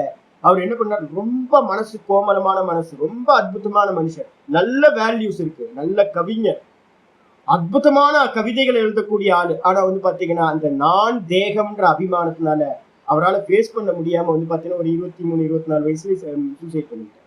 முடிஞ்சு போச்சு. பீச்சில் வந்து பாத்தீங்க அப்படின்னா சமுத்திரத்துல போய் இறங்கி விழுந்து போயிட்டேன். அவ்வளவுதான். ஏன் அப்படின்னு கேட்டீங்கன்னா, நான் தேகம். எல்லாத்துக்கும் இருக்கு, எல்லா ஆட்களுக்கும் என்ன இருக்கு அப்படின்னு கேட்டீங்கன்னா, நான் உயரமானவன். பாரு, ஒட்டை சிவிங்கி மாதிரி போகுது பாரு, அப்படின்னா நமக்கு கஷ்டமா இருக்கு. அப்போ வந்து பாத்தீங்கன்னா கருப்பு, என்ன கலர் இது, இப்படி இருக்கா, குரூரமா இருக்கானே, நமக்கு சங்கடமா இருக்கு. அப்போ ஒவ்வொருத்தருக்கும் இவ்வளவு ஃபேக்டா இருக்கு பாரு, யானை போகுது பாரு அப்படின்னா நமக்கு வந்து கஷ்டமா இருக்கு. இப்ப சிறுவர்கள் எப்படி பண்ணுவாங்கன்னா, விவேகம் இல்லாத சிறுவர்கள் இந்த தேகத்தில் அபிமானத்தை வந்து பாத்தீங்கன்னா, நான் உயரமானவன், நான் வெள்ளையானவன், சிகப்பானவன், இது தேகாதி சங்காதே, இந்த தேகாதி கூட்டம் இருக்குல்ல, அசம்பல், இந்த அசம்பல் பண்ணப்பட்ட இந்த தேகாதி கூட்டத்துல அகம் பிரத்யயோ, நான் அபிமானத்தை வச்சுக்கிட்டு நம்ம என்ன பண்ணிட்டு இருக்கோம், தெரிஞ்சுக்கிட்டு இருக்கோம். எப்ப பார்த்தாலும் நம்மள இந்த தேகத்தையே நான் நினைச்சுக்கிட்டு நான் வந்து பாத்தீங்கன்னா நினைக்கிறது தான் பெரிய கஷ்டம். அதனாலதான் எல்லா துக்கங்களும் சம்பவிக்குது. யாருக்கு? விவேகம் இல்லாத சிறுவர்களுக்கு. இங்க சிறுவர்கள்னு யார சொல்லுது? 5ஆம் கிளாஸ் 6ஆம் கிளாஸ் படிக்கிற சின்ன பசங்களை சொல்லல, நம்மளதான் சொல்லுது. வயசு இங்கெல்லாம் இல்ல. யாரெல்லாம் தேகத்தை பாத்தீங்கன்னா பார்க்கப்படுகின்ற தேகம், நான் பார்ப்பவன், எனக்கு தேகம் இல்லை, இது வேற நான் வேறன்னு அறியலையோ, விவேகம் பண்ணலையோ, அவங்க எல்லாம் பாலர்கள், சிறுவர்கள், அஞ்ஞானிகள். அவங்களுக்கு எல்லாத்துக்கும் என்ன இருக்குன்னா, விவேகம் பண்ணாததுனால என்ன இருக்கு? அபிமானம், தேகத்தோட அபிமானம். தேகத்தோட அபிமானத்தினால பாத்தீங்கன்னா என்ன இருக்கு அப்படின்னு கேட்டீங்கன்னா, அகம் பிரத்யம். இந்த தேகாதிகள்ல நான் நான் நான்ற ஒரு அறிவு இருக்கு. நது விவேகினாம். ஆனா விவேகிகளுக்கு அப்படி இல்லை. விவேகிகளுக்கு என்ன பண்ணணும் அப்படின்னு கேட்டீங்கன்னா, என்ன பண்ணணும்? அந்நியக அகம். நேற்று பாத்தீங்கன்னா ஒரு அம்மா போன் பண்ணாங்க, சுவாமி சகிச்சுக்கணுமா? ஆமா, கண்டிப்பா சகிங்க. ஒரு தலைவலி வந்தா சகிச்சுக்குங்க. ஏன் அப்படின்னு கேட்டீங்கன்னா, அப்பதான் தலை வேற நீங்க வேறன்னு தெரியும். 2 காரியம் நடக்கும். ஒண்ணு சகிப்புத்தன்மை வரும். முதல்ல சகிப்புத்தன்மை பாத்தீங்கன்னா ஆரம்ப காலகட்டத்துல இருந்தே வைக்கிறோம். நம்ம முன்னாடி இருந்த பெரியவங்க எல்லாம் என்ன பண்ணிட்டு இருந்தாங்க தெரியுங்களா? நம்ம தாத்தா பாட்டி எல்லாம் எடுத்து பாத்தீங்கன்னா ஒரு 70ஸ்க்கு முன்னாடிலாம் சகிப்புத்தன்மை அவ்வளவு இருந்துச்சு. நான் பூர்வாசிரமத்துல என்னோட அம்மாவுக்கு 8வது குழந்தை. எங்க அம்மா பாத்தீங்கன்னா சொல்லுவாங்க, பூர்வாசிரமத்து அம்மா சொல்லுவாங்க, 3வது குழந்தைக்கு பாத்தீங்கன்னா ஒரு கிராமத்துல இருந்திருக்காங்க. அப்பா பாத்தீங்கன்னா டியூட்டிக்கு போயாச்சு, அப்படியே தள்ளி இருக்கார், வரத்துக்கு 1 வாரம் ஆயிடும். இந்த அம்மாவுக்கு பாத்தீங்கன்னா 10வது மாசம். 10வது மாசம் பாத்தீங்க அப்படின்னா கர்ப்பஸ்திரியா இருக்கிறவங்களுக்கு ஒரு இன்டீரியரா ஒரு வில்லேஜ்ல இருக்காங்க. 5 கிலோமீட்டர் தள்ளி போனதான் ஆஸ்பத்திரி. அப்ப என்ன பண்ணிருக்காங்க அப்படின்னு கேட்டீங்கன்னா, பிரசவ வலி வந்தோடனே பக்கத்து வீட்டுல யாரும் வீட்டுல இல்லை, 2 குழந்தைங்க தூங்கிட்டு இருக்கு. 2 குழந்தைங்களை தூங்க வச்சுட்டு பக்கத்து வீட்டுக்கார அம்மாவை பாத்தீங்கன்னா ஒரு பொண்ணை கையில கூட்டிட்டு ராத்திரி 12 மணிக்கு பாத்தீங்கன்னா 5 கிலோமீட்டர் நடந்து போய் பிரசவ வலியோட ஆஸ்பத்திரியில போய் சேர்ந்து பிரசவம் பார்த்து மறுநாள் காலையில குழந்தைய எடுத்துட்டு வந்துட்டாங்க. இது நடந்தது அப்படின்னு. ஐயோ, எவ்வளோ எவ்வளோ கான்பிடன்ஸ் இருந்திருக்கும் முன்னாடி. இப்பெல்லாம் நம்மளால பண்ண முடியுமா? அது மாதிரி நமக்கு சகிப்புத்தன்மையே இல்லாம போச்சுங்க. சகிக்கவே மாட்டேன்றோம். எதையுமே சகிக்க மாட்டேன்றோம். வலியையோ பசியையோ. ஆக்சுவலா என்னன்னு கேட்டீங்கன்னா, ஒண்ணு சகிக்கிறதுங்கிறது ஒண்ணு. ஆனா அதுல பெரிய சூக்ஷ்மம் என்ன இருக்கு அப்படின்னு கேட்டீங்கன்னா, வலியையும் இந்த பசி இது மாதிரியான எல்லாத்தையும் சகிக்க ஆரம்பிச்சீங்க அப்படின்னா உங்களுக்கு என்னன்னா ஆப்ஜெக்ட் பண்ற சாமர்த்தியம் உங்களுக்கு உண்டாகும். நீங்க எப்பெல்லாம் சகிக்காம உடனே ரெமிடிய இது பண்றீங்களோ, அதுக்கான சொல்யூஷனுக்கு நான் இம்மீடியட்டா நம்ம கொடுத்துட்றோம். அப்போ அதை நம்ம பாக்குறத நம்ம என்ன பண்றோம்? அவாய்ட் பண்றோம். இப்ப நீங்க பாருங்க, தலைவலி வருது, ஆமா தலைவலிக்குது, அப்ப தெரியுது, ஆமா தலைன்னு ஒண்ணு இருக்கு, அப்பதான் தெரியுது. கொஞ்சம் நல்லா பாருங்க, வாட்ச் பண்ணுங்க. இது மாதிரி தான் பண்ணணும். இதுக்காக தான் தபஸ்ன்னு ஒண்ணு வச்சிருக்கு. சகிப்புத்தன்மைன்றது ஒரு தபஸ். அப்ப என்ன இருந்தாலும் பாத்தீங்கன்னா என்ன பண்ணணும்? சகிக்கிறத பாத்தீங்கன்னா பிராக்டிஸ் பண்ணணும். வலிய பிராக்டிஸ் பண்ணுங்க. நம்ம என்ன பண்றோம்? ரெமிடியை கொடுத்து பாத்தீங்கன்னா சிங்க் ஆகிட்டே இருக்கும். வலி வரும்போது என்ன ஆகுது தெரியுங்களா? இந்த பாடியோட நானோட இருக்கிற அந்த சிங்க் ஆகிருக்கிறது கொஞ்சம் செப்பரேட் ஆகுது. எனக்கு தலை வலிக்குது அப்படின்னா தலையோட, இப்ப எனக்கு வலி இல்லை. இப்ப நம்ம யாருக்கும் வலி இல்லாம உட்கார்ந்துருக்கோம்னு வச்சுங்க, தலைவலி இல்லை. அப்ப எனக்கு நான் தலையோட என்னவாயிருக்கேன்? சிங்க் ஆயிருக்கேன். இப்ப தலைவலி வந்துச்சுன்னா உங்களுக்கு என்ன ஆகும்? தலைவேதனை வந்துச்சுன்னா இமிடியேட்டா எனக்கு தலைவலிக்குதுன்னு நம்ம அறியணுமா? அப்ப நான் வேற தலை வேறன்னு செப்பரேட் ஆகுதா?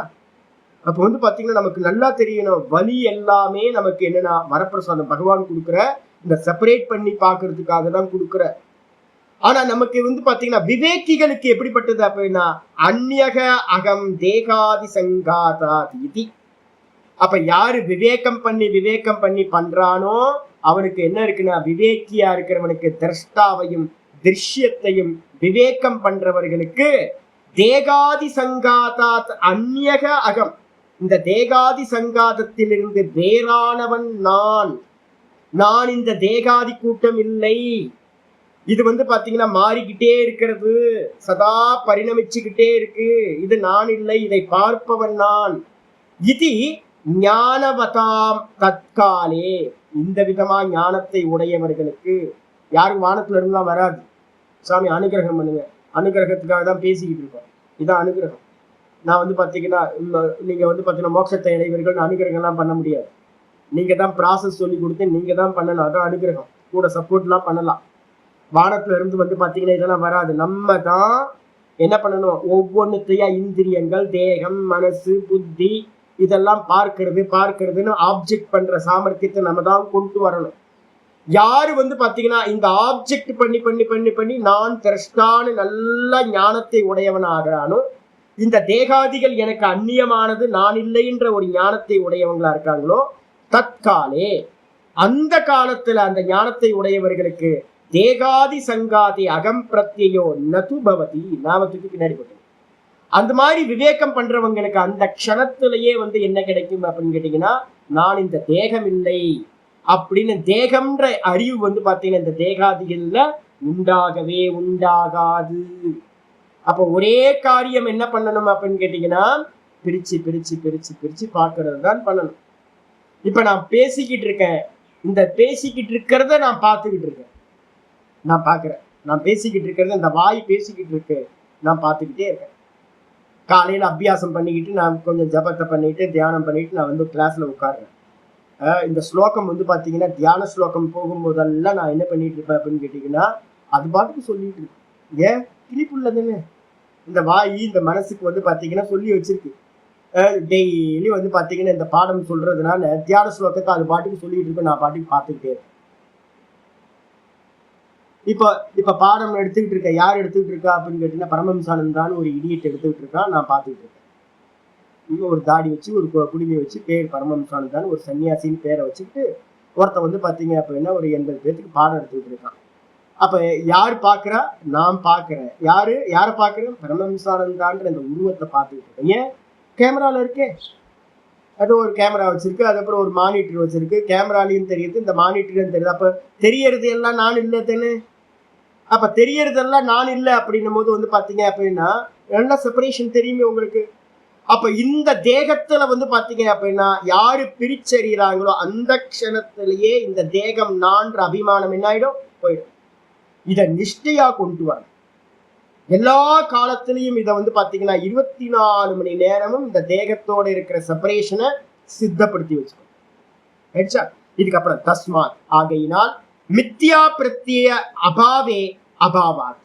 மித்யா பிரத்யனா பிரிச்சு அறியாம பிரிச்சு அறிஞ்சோம் அப்படின்னா இல்லாம போயிடும். பிரிச்சு அறியல அப்படின்னா நம்ம என்ன ஆயிரும், மாட்டிக்கிறோம். அகம் பிரத்யம் வந்துடுது, நான்ற அறிவு வந்துடுது தேகத்துல. மித்யா பிரத்யம்ன்ற அந்த அவிவேகம் இல்லாம போச்சு அப்படின்னா அப்ப என்ன ஆச்சோம், விவேகம் வந்துருச்சு. விவேகம் வந்துச்சு அப்படின்னா தத்கிருத ஏவ ந கவுனைஹி ந கவுனக தஸ்மாத் மித்யா பிரத்ய அபாவே அபாவாத். மித்யா பிரத்யம் இல்லாம போச்சுன்னா, பொய்யறிவு இல்லாம போச்சு அப்படின்னா என்ன சாமி பொய்யறிவு? ஒண்ணும் இல்லைங்க, திரஷ்டாவையும் திருஷ்யத்தையும் ஒண்ணுன்னு நினைக்கிறது தான் பொய்யறிவு. இந்த பொய்யறிவு பாத்தீங்கன்னா இல்லாம போச்சுன்னா விவேகம் பண்றது மூலமா அப்ப இந்த தேகத்துல நான்ற அறிவு இல்லாம போயிடும், நான் கர்த்தான்ற அறிவும் இல்லாம போயிடும், இந்த தேகம் நான்ற அறிவும் இல்லாம போயிடும். கைத்துக்கு மேல பாம்பு பார்த்தோம், அந்த பாம்பு பாத்தீங்கன்னா அரை இருட்டுனால தெரிஞ்சுது. வெளிச்சத்தை பிரகாசத்தை கொண்டு வந்தோன பாம்பு ஓடி போச்சு, கயிறு மட்டும்தான் தெரிஞ்சது. அதே மாதிரி பாத்தீங்கன்னா நல்ல விவேகம் பண்ணோம் அப்படின்னா இந்த தேகாதிகள் நான் இல்லை அப்படின்னு என்னாயிடும், இல்லாம போயிடும் நான்ற புத்தி. அப்ப இதுக்கு பேரு கவுனம் இல்லை, இதுக்கு பேரு மித்யா தர்சனம்னு பேரு. ஆச்சாரியர் சொல்றாரு, இதை எக்ஸ்பிளைன் பண்றாரு. கவுனத்துக்கும் முக்கியத்துக்கும் என்ன சாமி, மித்யாவுக்கும் என்ன சாமி விசேஷம் அப்படின்னா ஆச்சாரியர் சொல்றாரு, பிருத்தக்கு கிரஹியமான விசேஷ சாமான்யோகோ ஹி சிம்ஹ தேவதத்தயோகோ அக்னி மாணவகையோகோ. நம்ம என்ன பண்றோம், தேவதத்தன் சிங்கம், அவன் தேவதத்தன் எப்படிப்பட்டவன், தேவதத்தன் சிங்கங்க அப்படின்றோம். இது ரெண்டுத்திலையுமே செப்பரேஷன் இருக்கா, பிருத்தக்கு கிரஹியமான விசேஷ சாமான்யோகோ. விசேஷம் எது அப்படின்னா அட்ஜெக்டிவ். யார் அட்ஜெக்டிவ்க்கு யாரு சொந்தக்காரனா இருக்கா அப்படின்னு கேட்டீங்கன்னா தேவதத்தன் சாமானியம், அவன் தான் ஸ்பெஷல். அந்த பெர்சன் எப்படிப்பட்டவன் அப்படின்னா சிங்கம் அப்படின்னு ஒரு அட்ஜெக்டிவை நம்ம தூக்கி போடுறோம். அப்ப பாத்தீங்கன்னா சாமானியமா இருக்கக்கூடிய தேவதத்தனும் தனியா இருக்கான், சிங்கம் காட்டுல இருக்கு. இந்த ரெண்டும் வேற வேற அப்படின்னு நமக்கு தனித்தனியா பார்க்கப்படுறதா இருக்கு. ஆனா நம்ம என்ன பண்றோம், ஸ்துதி பண்றதுக்காக தேவதத்தன் சிங்கம் அப்படின்னு நம்ம சொல்றோம். அப்போ சொல்றவனுக்கும் தெரியும் இவன் சிங்கம் இல்லை, இவன் வந்து இவன் தேவதத்தன், காட்டுல சிங்கம் இருக்கு. அதே மாதிரி ஸ்துதிய ஸ்வீகாரம் பண்றவனுக்கும் தெரியும், தேவதத்தனுக்கும் தெரியும் என்னை இவன் ஸ்துதி பண்றான், என்னுடைய வீரத்தை வந்து பாத்தீங்கன்னா சிங்கமா ஸ்துதி பண்றான் அப்படின்னு தேவதத்தனுக்கும் தெரியும் நான் சிங்கம் இல்லை அப்படின்னு.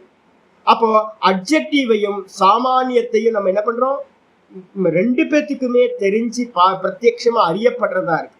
அதே மாதிரி அக்னி மாணவன், அக்னி இந்த மாணவன் எப்படிப்பட்டவன் அப்படின்னா ஃபயருங்க அப்படின்றோம். அந்த மாணவனுக்கு நல்லா தெரியும் என்னை வந்து ஃபயர்னு சொல்றாங்க, நான் அக்னி இல்லை. நான் எப்படின்னா என்னோட புத்தி தீட்சணியத்தை தான் ஸ்துதி பண்றாங்கன்னு தெரியும், டீச்சருக்கும் தெரியும் இவன் வேற அக்னி வேறன்னு. அப்ப செப்பரேட்டா வந்து பாத்தீங்கன்னா அறியப்படுறதா இருக்கு. அதெல்லாம் சூத்திரத்தை எல்லாம் கொண்டு வந்துருக்கு, எல்லாம் நிறைய இருக்கு, எல்லாம் ஃபுல்லா யோக சூத்திரம் தான் ஃபுல்லா இருக்கிறதெல்லாம். அப்ப வந்து ஆச்சாரியார் தெளிவா சொல்றாரு ரெண்டுமே செப்பரேட்டா இருக்கு நமக்கு. அப்ப வந்து பாத்தீங்கன்னா கவுனத்துல கவுன பிரயோகம் எங்கெல்லாம் இருக்கோ அங்கெல்லாம் வந்து பாத்தீங்கன்னா என்ன இருக்கணும், செப்பரேஷன் நல்லா நமக்கு தெரியறதா இருக்கும். நான் என் புள்ள, நான் என்ன மாதிரிங்க, நான் தான் என் புள்ளதான் நான் அப்படின்னு ஒரு அப்பா சொல்றாரு அப்படின்னா அப்பாவுக்கும் தெரியும் என் புள்ள வேற நான் வேற, புள்ளைக்கும் தெரியும் நான் வேற அப்பா வேற அப்படின்னு.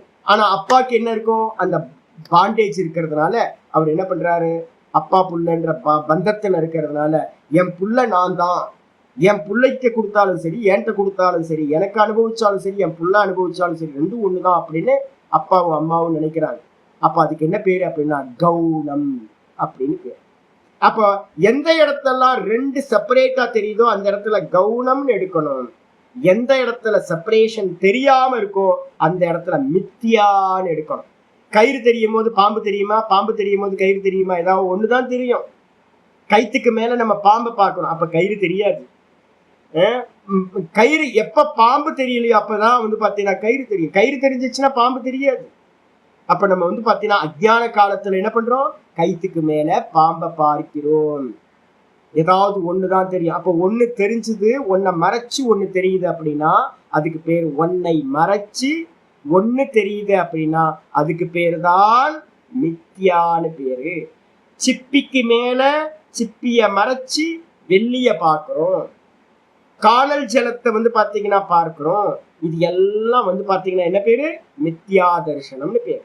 அதே மாதிரி இந்த தேகத்துல வந்து பாத்தீங்கன்னா நான் என்ன பண்றேன், நான் அப்படின்னு இந்த தேகத்துல பாக்குறேன், நானை மறைச்சு இந்த தேகம் என்ன பண்ணுது, சச்சிதானந்த பரபிரம்மமா இருக்கிற என்னை மறைச்சு இந்த தேகம் என்ன பண்ணுது, கைத்துக்கு மேல பாம்பு தெரிகிற மாதிரி இந்த தேகம் நான் அப்படின்னு தெரியுது. இப்ப தேகமும் நானும் எப்படி இருக்கும், யாருக்கும் செப்பரேட் பண்ணி விவகாரம் இல்லை, எல்லாத்துக்கும் இந்த இது வந்து பாத்தீங்கன்னா சிங்காயி ஒன்ன மறைச்சு அதிஷ்டானத்தை மறைச்சுக்கிட்டு ஆதேயமா இருக்கிற இந்த தேகம் இருக்கிறது. இதுக்கு பேர் என்ன பேரு அப்படின்னு கேட்டீங்கன்னா மித்தியான்னு பேர். இதுதான் இங்க ஆச்சாரியர் சொல்றாரு. வா கவுனக, இது கவுனக பிரத்யேக, மாணவனும் அக்னியும் சிங்கமும் தேவதத்தனும் தனித்தனியா தெரிஞ்சா அது கவுனம். கவுனக பிரத்யேக சப்த பிரயோகோவா, நம்ம சப்த பிரயோகத்தையும் பண்றோம். அவன் சிங்கம், அவன் வந்து மாணவன் வந்து பாத்தீங்கன்னா அக்னி அப்படின்னா பிரயோகம் பண்றோம். ஆனா வந்து பாத்தீங்கன்னா சியாத் வா சியாத் ந அக்ரஹியமான சாமானிய விசேஷயோகோ, எப்ப நீங்க வந்து பாத்தீங்கன்னா அதிஷ்டானம் சொல்லக்கூடிய ஒரு சாமானியத்தையும் அதுக்கு மேல இருக்கக்கூடிய அட்ஜெக்டிவையும் செப்பரேட்டா அறியாம போறீங்களோ அந்த இடத்துல அது கவுனம் அர்த்தம் இல்லை, அதுக்கு பேரு மித்தியான்னு பேரு. கயிறு சாமானியம், கயிறுக்கு மேல நம்ம என்ன பாக்குறோம், பாம்பை பாக்குறோம். அப்ப கயிற்றுக்கு மேல பாம்பை பார்க்கும் போது தனித்தனியா கயிறு பாம்பு தெரியல, லைட்டை கொண்டு வந்ததுக்கு பிறகு கயிறு தெரியுது, பாம்பு என்ன ஆகி போச்சு, இல்லாம போச்சு. அப்போ இதுக்கு என்ன பேரு அப்படின்னு கேட்டீங்கன்னா மித்யா தரிசனம், பொய்யறிவுன்னு பேரு. இதே மாதிரி தான் நம்ம என்ன பண்றோம், இந்த தேகத்துல நான் அப்படின்னு நம்ம பாக்குறோமே, இது என்ன பண்ணி வச்சிருக்கோம் அப்படின்னா நானுக்கு மேல தேகத்தை பார்க்கிறோம், தேகத்துல நானை பார்க்கிறோம். அப்போ வந்து பாத்தீங்கன்னா நமக்கு வந்து செப்பரேட் தெரியல, நம்ம சிங்க் ஆயிருக்கோம். இதுதான் சம்சாரம். இந்த சம்சாரத்துக்கு காரணம் இந்த செப்பரேஷன் இல்லாம பார்த்துக்கிட்டு இருக்கோம், இதான் பயந்துகிட்டு இருக்கோம். ஐயோ என்ன ஆகுமோ ஏதோ ஆகுமோ என்ன ஆக போகுது. நேற்று ஒரு அம்மா வந்துச்சு. அந்த வயசு வந்து பார்த்தீங்கன்னா 80. சாமி நான் 4 நாளாக வரல சாமி, நான் எனக்கு உடம்பு சரியில்லை சாமி, செத்து போப்போம். நான் தான் சொன்னேன், நீயும் செத்து போயிடுவ, நானும் செத்து போயிடுவேன், எல்லாம் செத்து போயிடுவோம் அப்படின்னு. அப்படியே பான்னு முடிக்குது. அதான சத்தியம். நம்ம யாராவது செத்து போவோமா? யார் செத்து போவா? தேகம் செத்தே போகும். கண்டிப்பா தவிர்க்க முடியுமா? யாராவது தவிர்க்க முடியுமா? வயசானா கண்டிப்பா மரணம் வரும். எதுக்கு? எனக்கு இல்லை, பார்க்கிற எனக்கு தேகம் இல்லை, பார்க்கப்படுகின்ற இந்த தேகம் இல்லாம போகும். மரணத்துக்கு முன்னாடியே நம்ம என்ன பண்ணணும்? இந்த தேகத்துக்கு மரணம் வரும், நான் எனக்கு மரணம் வராதுன்னு செப்பரேட் பண்ணிடணும். இல்லை அப்படின்னா காப்பாத்திக்கவே முடியாம போயிடும். அந்த அம்மாவுக்கு வந்து பார்த்தீங்கன்னா நான் சொன்னோன்னு பார்த்தீங்களா, அப்படி பதறுது அந்த அம்மாவுக்கு. புக்கவாய் வாயில இருக்க பல்லெல்லாம் விழுந்து போச்சு. 90 வயசு இருக்கும் அது. அந்த அம்மாவுக்கு வந்து பார்த்தீங்கன்னா 90 வயசு. அதான் இதுக்கு மேலே வாழ்ந்து ஒன்றும் ஆக போறது இல்லை. நான் என்ன நினைக்கிறேன் அப்படின்னு கேட்டீங்கன்னா, செத்து போட்டோம், செத்து போனா நல்ல பிறவி, அடுத்த பிறவி நல்ல பிறவி, நல்ல சரீரம் கிடைக்குது, எதுக்கு கஷ்டப்பட்டுக்கிட்டு அப்படின்னு. ஆனா அந்த அபிமானம் இருக்கு பாத்தீங்களா, ஐயோ என் தேகம் என் தேகம் என் தேகம். இதான் சம்சாரம்.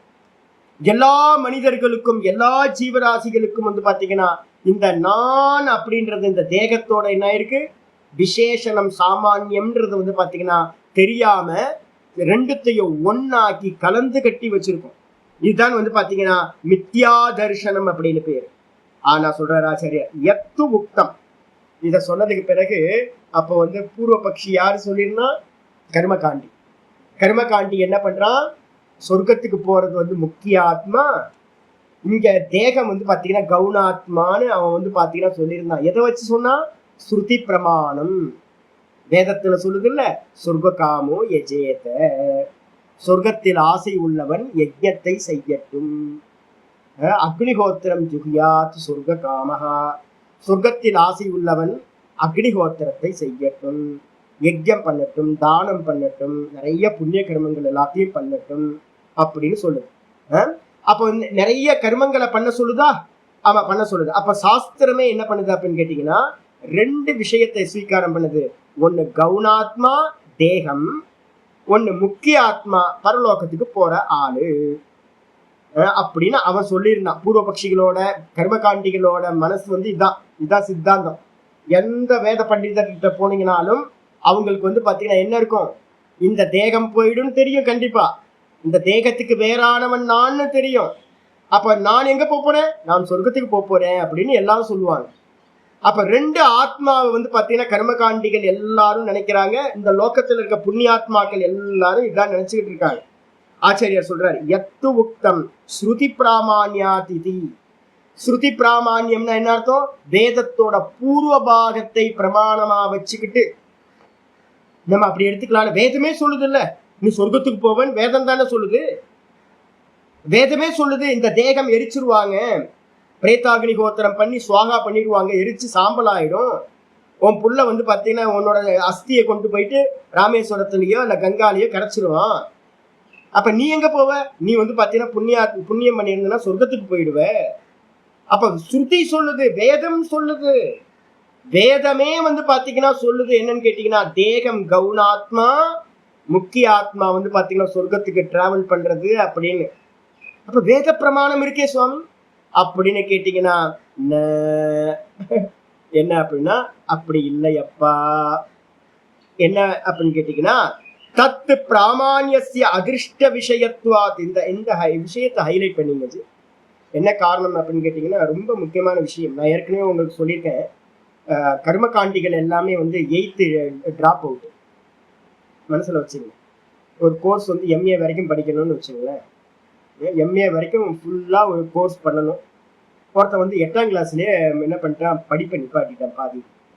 அவனுக்கு வந்து பாத்தீங்கன்னா அதுக்கு மேல இருக்கிற சப்ஜெக்ட் ஏதாவது தெரியுமா? தெரியாது. இதே மாதிரி தான் கர்மகாண்டிகள் எல்லாமே வந்து பாத்தீங்கன்னா டிராப் அவுட் அப்படின்னு வச்சுக்கோங்க. 8ஆம் கிளாஸ் ஃபெயில், பாஸ், அவ்வளவுதான். அதுக்கு மேல இருக்கிற சப்ஜெக்ட் அவங்களுக்கு தெரியல. ஏன்னா வேதத்துல வந்து என்னெல்லாம் இருக்கு அப்படின்னா மந்திரம், பிராமணம், ஆரண்யகம், அதுக்கப்புறம் உபனிஷத், 4 பாகம் இருக்கு. மந்திரம் பிரம்மச்சாரிகள் வேத பாடசாலையில படிக்கிறது. பிராமண பாகம் என்ன பண்ணுது அப்படின்னு கேட்டீங்கன்னா அந்த படிச்ச மந்திரங்கள் எல்லாம் எந்தெந்த கர்மத்துல பிரயோகம் பண்ணணும் அப்படின்னு கர்ம காண்டம் வந்து வாஸ்தவத்துல பிராமண பாகத்துல தான் இருக்கும், கிரகஸ்தாசிரம பிரதானம். அப்புறம் ஆரண்ய பாகம் எங்க வருது அப்படின்னு கேட்டீங்கன்னா உபாசன பிரதானம். ஆரண்ய பாகம், ஆரண்யத்துல உபாசனைகள் இருக்கு, அது வானப்பிரஸ்த பிரதானம். அதுக்கப்புறம் சந்நியாச ஆசிரமத்துல என்னன்னா யாரு மோட்சத்துல ஆசை உள்ளவனோ அவனுக்கு உபனிஷத்து 4வது வருது. அப்போ இந்த மந்திரம் பிராமணம் அப்படின்றது வந்து பாத்தீங்கன்னா இந்த மந்திரமும் பிராமணமும் பிரம்மச்சரியாசிரமம் கிரகஸ்தாசிரமத்தோட முடிஞ்சிடும். இது 8th வரைக்கும் தான். இதுக்கப்புறம் மோட்சத்துக்குள்ளார போகணும்னு நினைக்கிறவன் முதல்ல என்ன பண்ணணும், உபாசனை அடாப்ட் பண்ணணும், அதுக்கப்புறம் ஞானத்தை அடாப்ட் பண்ணணும். ஆனா கர்மகாண்டிகளோட அந்த ஆட்களுக்கு என்ன தெரியாது அப்படின்னு கேட்டீங்கன்னா இந்த ஆரண்ய பாகமும் பிரமாணம் இல்லை, இந்த உபனிஷத்தும் பிரமாணமா அவங்க ஸ்வீகாரம் பண்ண மாட்டாங்க. அப்ப என்ன பண்றாங்கன்னா நாம் படிச்சதுதான் சத்தியம்னு அவன் நினைச்சுக்கிட்டு அதுலயே பிக்ஸ் ஆயிட்டான். கர்மகாண்டத்தை மட்டுமே சத்தியம்னு நினைச்சுக்கிட்டு இருக்கான். அதுக்கு மேல இருக்கிறது அவனுக்கு சப்ஜெக்ட் வந்து பாத்தீங்கன்னா தெரியவே தெரியாது. அதேதான் இங்க ஆச்சாரியார் சொல்றாரு, வேதத்தோட பூர்வ பாகம் எதுக்கு அப்படின்னு யாராவது கேட்டாங்கன்னா சடங்குகள் எல்லாம் ரிச்சுவல்ஸ் எல்லாம் எதுக்கு அப்படின்னு கேட்டீங்கன்னா ஆச்சாரியர் சொல்றாரு, தத்து பிராமான்யஸ்ய அதிர்ஷ்ட விஷயத்துவார். எங்கெங்கெல்லாம் வேதத்தோட பூர்வ பாகத்தை எடுக்கணும் அப்படின்னு கேட்டீங்கன்னா யாருக்கெல்லாம் பரலோகத்துக்கு போகணும்னு ஆசை இருக்கோ, யாருக்கெல்லாம் வந்து பாத்தீங்கன்னா பரலோகத்துக்கு போகணும்னு ஆசை இருக்கோ அவங்கெல்லாம் வேதத்தோட பூர்வ பாகத்தை ஸ்வீகாரம் செய்ய வேண்டும். வேதத்துல வந்து பாத்தீங்கன்னா பித்ருலோகங்களுக்கு போறதுக்கு என்னெல்லாம் உண்டோ எல்லாத்தையும் அங்கதான் சொல்லப்பட்டிருக்கு. எப்போ? இறந்த பிறகு. கண்ணுக்கு தெரியாத பரலோகங்களை அடைகின்ற விஷயத்தில் சயின்ஸுக்கெல்லாம் ஒன்றும் பத்தாதுங்க. சயின்ஸுக்கெல்லாம் ஒன்றும் தெரியவே தெரியாது. நம்ம சொல்ற லோகங்கள்லாம் வந்து பாத்தீங்க அப்படின்னா இன்னும் இவங்க போய் சேர்றதுக்கு ரொம்ப காலம் ஆயிடும். அதனால வந்து பாத்தீங்கன்னா சயின்ஸுக்கு தெரியவே தெரியாது. அதிர்ஷ்ட லோகங்களை, இறந்த பிறகு ஜீவன் என்ன ஆவான், இறந்த பிறகு எந்தெந்த லோகத்துக்கு அவன் போவான், இதை பத்தின டீட்டெயில் எல்லாம், இந்த கர்மம் பண்ணா என்ன பலன், இந்த கர்மா பண்ணா என்ன பலன் அப்படின்னு வந்து பாத்தீங்கன்னா கர்மங்களோட பலன்கள் அதிர்ஷ்டம், அந்த அதிர்ஷ்ட விஷயத்துல மட்டும்தான் பிரமாணம். ஆச்சாரியர் வந்து பாத்தீங்க அப்படின்னா ஒரு வேற பாஷ்யத்துல சொல்லுவார், அக்னிர் ஹிமஸ்ய பேஷஜம் அப்படின்னு ஒரு வாக்கியம் இருக்கு. அக்னிர் ஹிமஸ்ய பேஷஜம், பனி, ஹிமம்னா பனி. நீங்க கேதார்நாத்தோ எங்க அமர்நாத்ல போய் உட்கார்ந்துருக்கீங்க, ஒரே கிளேசியரா இருக்கு, நல்லா நடுங்குது உடம்பு. அப்போ வந்து பாத்தீங்கன்னா என்ன பண்ணலாம், ஒரு ஃபயர்வுட்டை வச்சு வந்து பாத்தீங்கன்னா சுத்தி வந்து பாத்தீங்கன்னா ஒரு பெரிய மரத்தை போட்டு எரிச்சிங்க அப்படின்னா அதுக்கு பக்கத்துல நின்னீங்கன்னா குளிர் வந்து போயிடும், சில்னஸ் வந்து போயிடும். இது வந்து பாத்தீங்கன்னா வேதம் சொல்லுது என்ன பண்ணுது அப்படின்னு கேட்டீங்கன்னா அக்னிஹி ஹிமஸ்ய பேஷஜம். அக்னி வந்து பாத்தீங்கன்னா இந்த பனிக்கு வந்து பாத்தீங்கன்னா மருந்து, ஔஷதி அப்படின்னு சொல்லுது.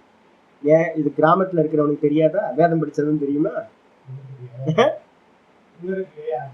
ஆமா, குளிர் காயறது நம்ம சொல்லுவோம்ல. குளிர் காயறது வந்து பாத்தீங்கன்னா எல்லா கிராமத்துல இருக்கிறவங்க எல்லாமே பண்ணுவான். ஏன் நம்ம இல்ல, நாய் வந்து பாத்தீங்க அப்படின்னா எங்களுக்கு நான் ரிஷிகேஷ்ல எல்லாம் பார்த்திருக்கேன்.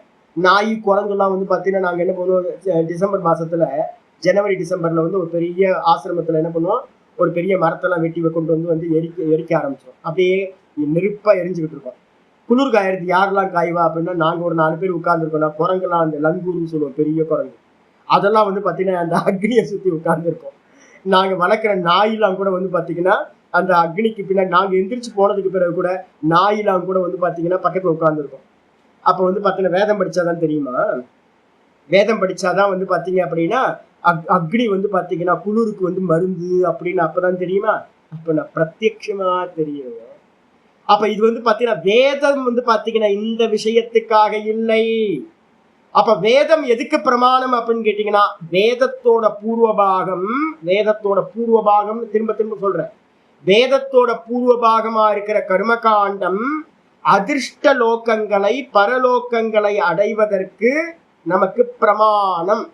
பரலோகங்களை அடையணும் அப்படின்னா கர்மகாண்டம் இல்லாம அடையவே முடியாது. மனசுல நல்லா புரிஞ்சுங்க. ஆயிடுச்சா? அதுக்கப்புறம் ஆச்சாரியர் சொல்றாரு, பிரத்யக்ஷாதி பிரமாண அனுப்பலப்தேகி. எப்போ பூர்வபாகத்தை நம்ம எடுத்துக்கிறோம், யாருக்காவது ஒருத்தருக்கு சொர்க்கத்துக்கு போகணும், ஏதாவது சொல்யூஷன், வைதிகத்தை விட்டுட்டு சொல்யூஷன் தேடுங்க பார்க்கலாம். வைதிகத்தை விட்டுட்டு சொர்க்கத்துக்கு போகணும், நான் இந்திர பதவியை வாங்கணும், எனக்கு அக்னியா பிறக்கணும், வாயுவா பிறக்கணும், அப்படிலாம் உங்களுக்கு ஆசை இருக்குன்னு வச்சுங்களேன். நீங்க போய் ஒவ்வொருத்தட்டியா கேளுங்க, எனக்கு என்ன உபாயம் இருக்கு, சொர்க்கத்துக்கு போறதுக்கு ஏதாவது உபாயம் இருக்கா, சொர்க்கத்துக்கு போறதுக்கு ஏதாவது உபாயம் இருக்கா, சொல்யூஷன், இங்க லௌகிக சொல்யூஷன் ஏதாவது இருக்கா. ஹோம காரியங்கள்லாம் பண்ணக்கூடாது, பூஜைகள் ஹோமங்கள் இதெல்லாம் பண்ணக்கூடாது. வேற ஏதாவது சொல்யூஷன் இருக்கான்னு யார்கிட்ட போய் கேட்டாலும் யாருக்கும் தெரியாது. அப்போ ஆச்சாரியார் தெளிவா சொல்றாரு, என்னன்னு கேட்டீங்கன்னா, பிரத்யக்ஷாதி பிரமாண அனுபலப்தேகி. பிரத்யக்ஷமா நமக்கு ஒரு விஷயம் அறியப்படாத நிலையில், பிரத்யக்ஷ ஆதி அப்படின்னு என்ன அர்த்தம், அனுமானம், பிரத்யக்ஷத்தினாலையும் அனுமானத்தினாலையும் அறியப்படாததை அறியப்படுத்துவது எதுவோ அதுதான் வேதம். வேதம் பாத்தீங்கன்னா சொல்றது சொர்க்காதிகள் அடையறதுக்கு இந்த சாதனம் பண்ணணும் அப்படின்னு சொல்லுது. அந்த பிரத்யக்ஷேன அனுமித்யாவா யஸ்துபாயோ ந புத்தியதே வேதம் விதந்தி வேதேன தஸ்மாத் வேதஸ்ய வேதத்தை அப்படின்னு குமரில பட்டர் பாத்தீங்கன்னா ஒரு ஸ்லோகமே பண்ணி வச்சிருக்க. எது பிரத்யக்ஷ அனுமானத்தினால அறிய முடியாதோ அதை அறியப்படுத்துறது தான் வேதத்தோட வேதத்தன்மை அப்படின்னு பேர். அப்போ கண்ணுக்கு தெரியாத பரலோகங்கள்லாம் இருக்கு, அதை அறியறதுக்கு பாத்தீங்கன்னா என்ன பண்ணுது அப்படின்னு கேட்டீங்கன்னா, அந்த பரலோக விஷயங்கள் நமக்கு இங்க யாருக்கும் தெரியல, அதை சொல்றதுக்காக தான் அக்னிஹோத்ராதி சாத்திய சாதன சம்பந்தே அக்னிஹோத்திரம் ஜுகியாத்து சொர்க்க காமக. சொர்க்கத்துக்கு போகணுமா, அக்னிஹோத்திரம் பண்ணு, சோமயாகம் பண்ணு, வாஜ்பேயி யாகம் பண்ணு அப்படின்னு பாத்தீங்கன்னா யஜ்ய காரியங்கள் எல்லாத்தையும் பாத்தீங்கன்னா சாத்திய சாதன சம்பந்தத்தை ஸ்ருதேகே பிராமான்யம் சொல்லக்கூடிய இந்த ஸ்ருதி பிரமாணமாக ஆகிவிடுகிறது. ந பிரத்யக்ஷாதி விஷயே. ஞானம் பாத்தீங்கன்னா பிரத்யக்ஷமா திரஷ்டாதிருஷ்யம்ன்றது பிரத்யக்ஷமா இல்ல பாத்தீங்கன்னா அதிர்ஷ்டமா, தெரியாத கண்ணுக்கு தெரியாதா, பிரத்யக்ஷம் தானே. நான் அவஸ்தாத்திரையம் பாத்தீங்கன்னா பிரத்யக்ஷமா இல்ல அவஸ்தாத்திரைய செத்து போனதான் தெரியுமா, பிரத்யக்ஷமா. இந்த லோகம், இந்த தேகம், இந்த லோகம் தூக்கத்துல இல்ல, ஜாகிரதத்துல மட்டும் இருக்கு. இப்ப ஜாகிரதத்துல இருக்கிற ஸ்தூல தேகம், இந்த ஜாகிரத லோகம் சொப்பனத்துல இல்ல. அதுக்கப்புறம் தூக்கத்துக்கு போனதுக்கு பிறகு ஒண்ணுமே இல்லை. தூக்கத்துல யார் இருக்கா, நான் ஆனந்தமா நான் இருக்கேன். இப்ப காலையில எந்திரிக்கிறதுக்கு முன்னாடி ஆனந்தமா இருந்தேன், பின்னாடியும் ஆனந்தமா, லாஸ்ட்லயும் ஆனந்தமா இருக்கேன். நடுவுல மட்டும் இந்த லோகம், இந்த தேகம் போகுது. அப்ப எது இதெல்லாம் பாத்தீங்கன்னா ஆதியில இல்லாம அந்தத்துல இல்லாம நடுவுல வந்துட்டு போதோ அதெல்லாம் போய் காணல் ஜல மாதிரி பொய்யானது. இது பிரத்யக்ஷம் தானே. அப்ப நான் திரஷ்டா, இந்த புஸ்தகம் பாத்தீங்கன்னா திருஷ்யம். நான் திரஷ்டா, இந்த மானிட்டர் பாத்தீங்கன்னா திருஷ்யம். நான் திரஷ்டா, இந்த கேமரா பாத்தீங்கன்னா திருஷ்யம். நான் திரஷ்டா, இந்த மலை திருவண்ணாமலை பாத்தீங்க அப்படின்னா திருஷ்யம். நான் திரஷ்டா, இந்த ஜெகத்தும் இந்த தேகமும் பாத்தீங்கன்னா திருஷ்யம். இது பிரத்யக்ஷமா, இதுக்கு ஏதாவது வேற ஏதாவது வேணுமா, இறந்த பிறகுதான் தெரிஞ்சுக்கணுமா, இதை பிரத்யக்ஷமா தெரியுதா. அப்ப பிரத்யக்ஷமா தெரிகிற ஒரு விஷயத்துக்கு, விவேகம் பண்ண வேண்டிய விஷயத்துக்கு என்ன தேவை, பூர்வ காண்டம் தேவையா, ஏதாவது ஹோமம் பண்ணலாமா தெரிஞ்சுக்கிறதுக்கு, ஒரு சண்டி ஹோமத்தை பண்ணி இல்லைன்னா ருத்ராபிஷேகத்தை பண்ணி சதச்சண்டி பண்ணலாமா, நல்லா எல்லாம் சேர்ந்து கும்மி அடிக்கலாமா, உட்கார்ந்துக்கிட்டு சதச்சண்டி பண்ணி கும்மி அடிக்கலாமா, அப்புறம் ஒண்ணும் நடக்காது சாமி. அப்ப பாத்தீங்கன்னா திரஷ்டா திருஷ்யத்தை பாத்தீங்கன்னா இந்த மோட்சத்துக்கான சாதனமா இருக்கக்கூடிய இந்த விசாரம், இந்த விவேகத்தை பாத்தீங்கன்னா கர்மம் பாத்தீங்கன்னா பிரமாணமா எடுக்கக்கூடாது. அப்ப என்ன பண்ணணும்னு கேட்டீங்கன்னா, கர்ம காண்டத்தை தூக்கி ஓரமா போட்டணும். அது எதுக்கு பிரமாணம், பரலோகத்துக்கு ஆசை இருக்கிறவனுக்கு அது பிரமாணம். யாருக்கெல்லாம் மோட்சம் வேணும்னு ஆசை இருக்கோ, இங்கேயே ஜீவன் முக்தி வேணும்னு இருக்கோ, அவங்களுக்கு பாத்தீங்கன்னா இந்த விசாரம் தான் பிரதானம்.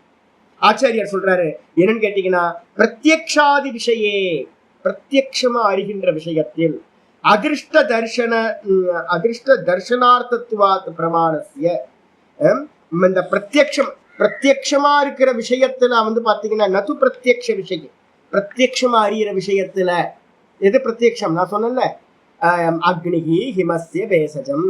அக்னி பாத்தீங்கன்னா பனி, குளிருக்கு பாத்தீங்கன்னா பனிக்கு ஓஷதி மருந்து, இது பிரத்யக்ஷமா தெரியும். இது எதுக்கு வேதத்தை எடுக்கிறது அப்படின்னு கேட்டீங்கன்னா, வேதம் தேவையில்லாத சொல்றதுக்கு. பசிச்சா சாப்பிட்டா பசி தீர்ந்து போயிடும். இதுக்கு வந்து வேதம் சொல்லணுமா? சொல்ல வேணாம். அப்போ வந்து பாத்தீங்கன்னா இது வேற நான் இந்த மரம் வேற நான் வேற சொல்லணுமா? மரமும் நீயும் வேற வேறன்னு சொல்றதுக்கு வந்து வேதம் வேணுமா? வேணாம். அப்ப எதெல்லாம் பிரத்யக்ஷமா தெரியுதோ அதுக்கெல்லாம் வேதம் பிரமாணம் இல்லை. அப்ப வந்து பாத்தீங்கன்னா எதுக்கு பிரமாணம்? அதிருஷ்ட விஷயத்துக்கு மட்டும்தான் பிரமாணியம். அதிருஷ்ட விஷயார்த்தத்துவாத் பிராமாணஸ்ய. அந்த பூர்வபாகம், வேதத்தோட பூர்வபாகம் எல்லாம் வந்து பாத்தீங்கன்னா அதிருஷ்ட விஷயத்தை கொண்டதுதான் சொல்லியாச்சு. இதுக்கப்புறம் அப்ப நல்லா புரிஞ்சுச்சு. நான் ஏன் கண்டனம் பண்றேன் அப்படின்னு கேட்டீங்கன்னா, கர்ம காண்டத்துல உட்காந்துட்டு கர்ம காண்டத்தை கண்டனம் பண்ணலாமா? நான் யார்கிட்ட போய் கண்டனம் பண்றேன்? அதனால தான் யார்ட்டையும் வெளில சொல்லணும்னு சொல்லுவேன், வேதாந்தத்தை வெளியில போய் பேசாதீங்க. வெளியில வேதாந்தத்தை போயிட்டு இந்த இப்ப நம்ம பண்ணிட்டு இருக்க விவேகத்தை போய் எங்கேயாவது கருமிகள் இருப்பாங்க, ந புத்தி பேதம் ஜனையே அஜ்ஞானாம் கர்ம சங்கீனாம் அப்படின்னு கீதால முன்னாடியே சொல்லியிருக்காரு. யாருக்கு கர்மத்துல ரொம்ப பற்றுதல் உடையவங்களா இருக்காங்களோ, இன்னும் விவேக வைராக்கியம் வரலையோ, இன்னும் மோட்ச இச்சை உண்டாகலையோ, அவங்கள்ட்ட போயிட்டு வேத கர்மங்களையோ வைதிகத்தையோ வந்து பாத்தீங்க அப்படின்னா தப்பா பேசிடக்கூடாது. இப்ப நான் உங்கள்கிட்ட தான் பேசுறேன்.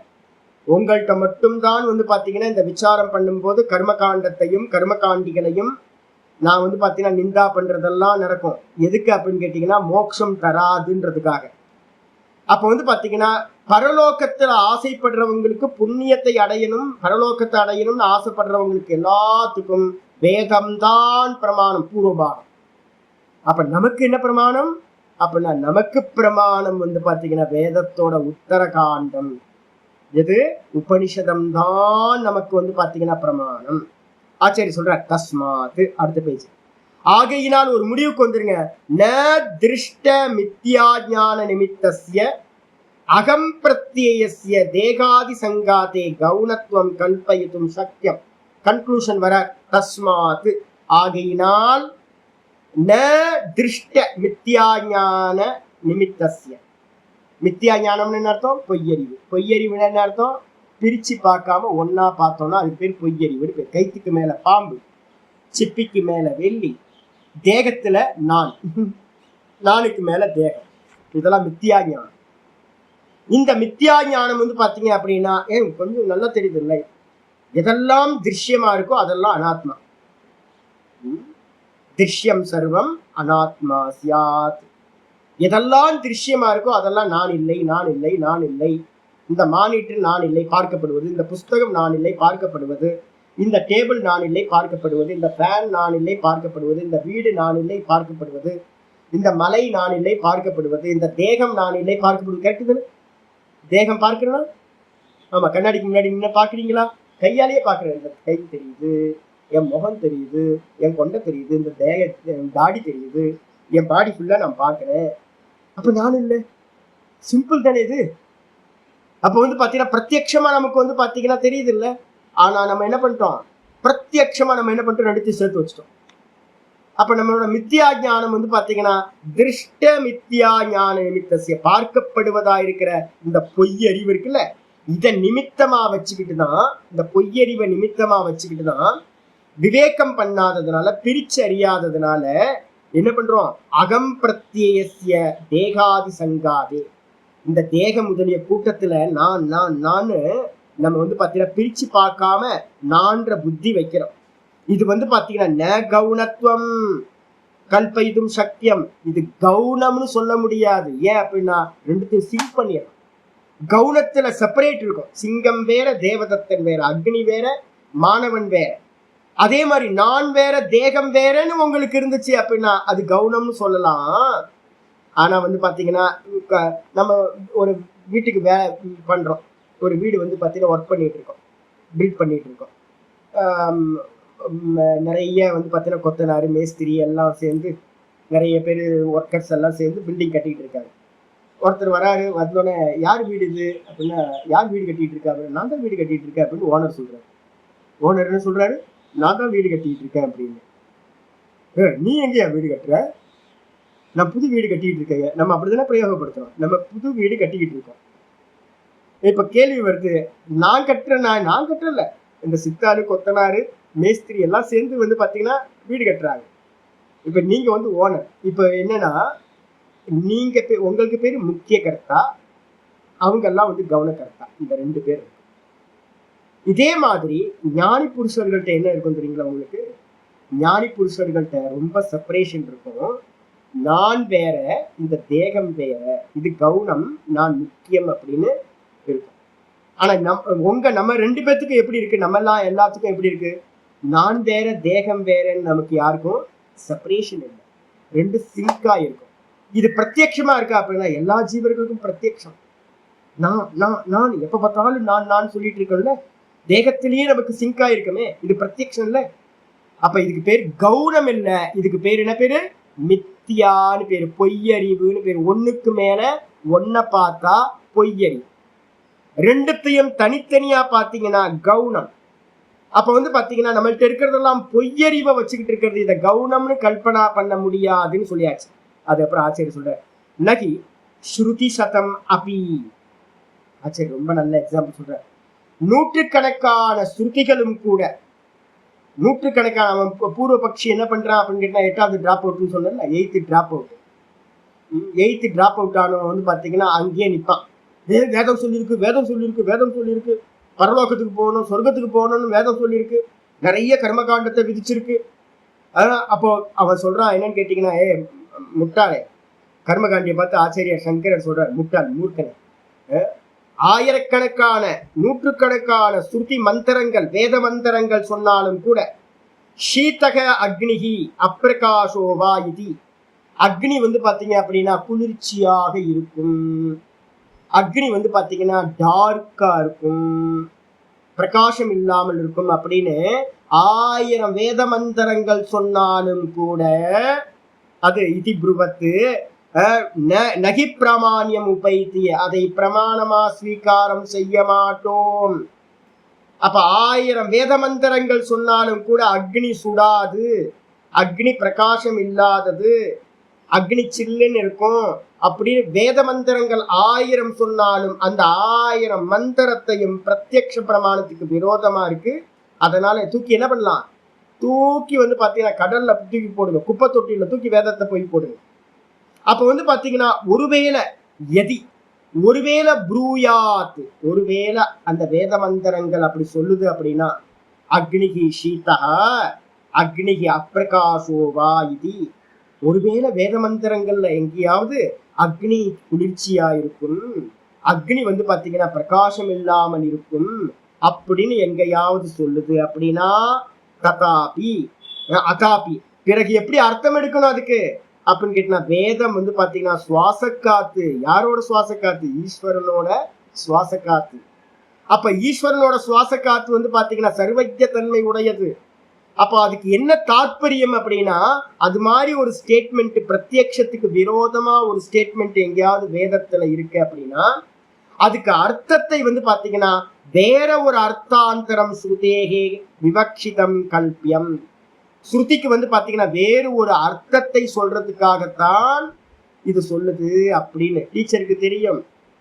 குழந்தைங்களுக்கு வந்து பாத்தீங்கன்னா சொல்லுவாங்க, ஆகாசம் என்ன கலரு அப்படின்னா குழந்தைங்க எல்லாம் சொல்லுவாங்க நீல கலர் அப்படின்னு. அப்ப வந்து பாத்தீங்கன்னா சொல்றாங்கல்ல, டீச்சர் சொல்றாங்க நீல கலர். கடல் என்ன கலர்? கடல் வந்து பாத்தீங்கன்னா நீல கலர், ஆகாசம் நீல கலர். உண்மையா?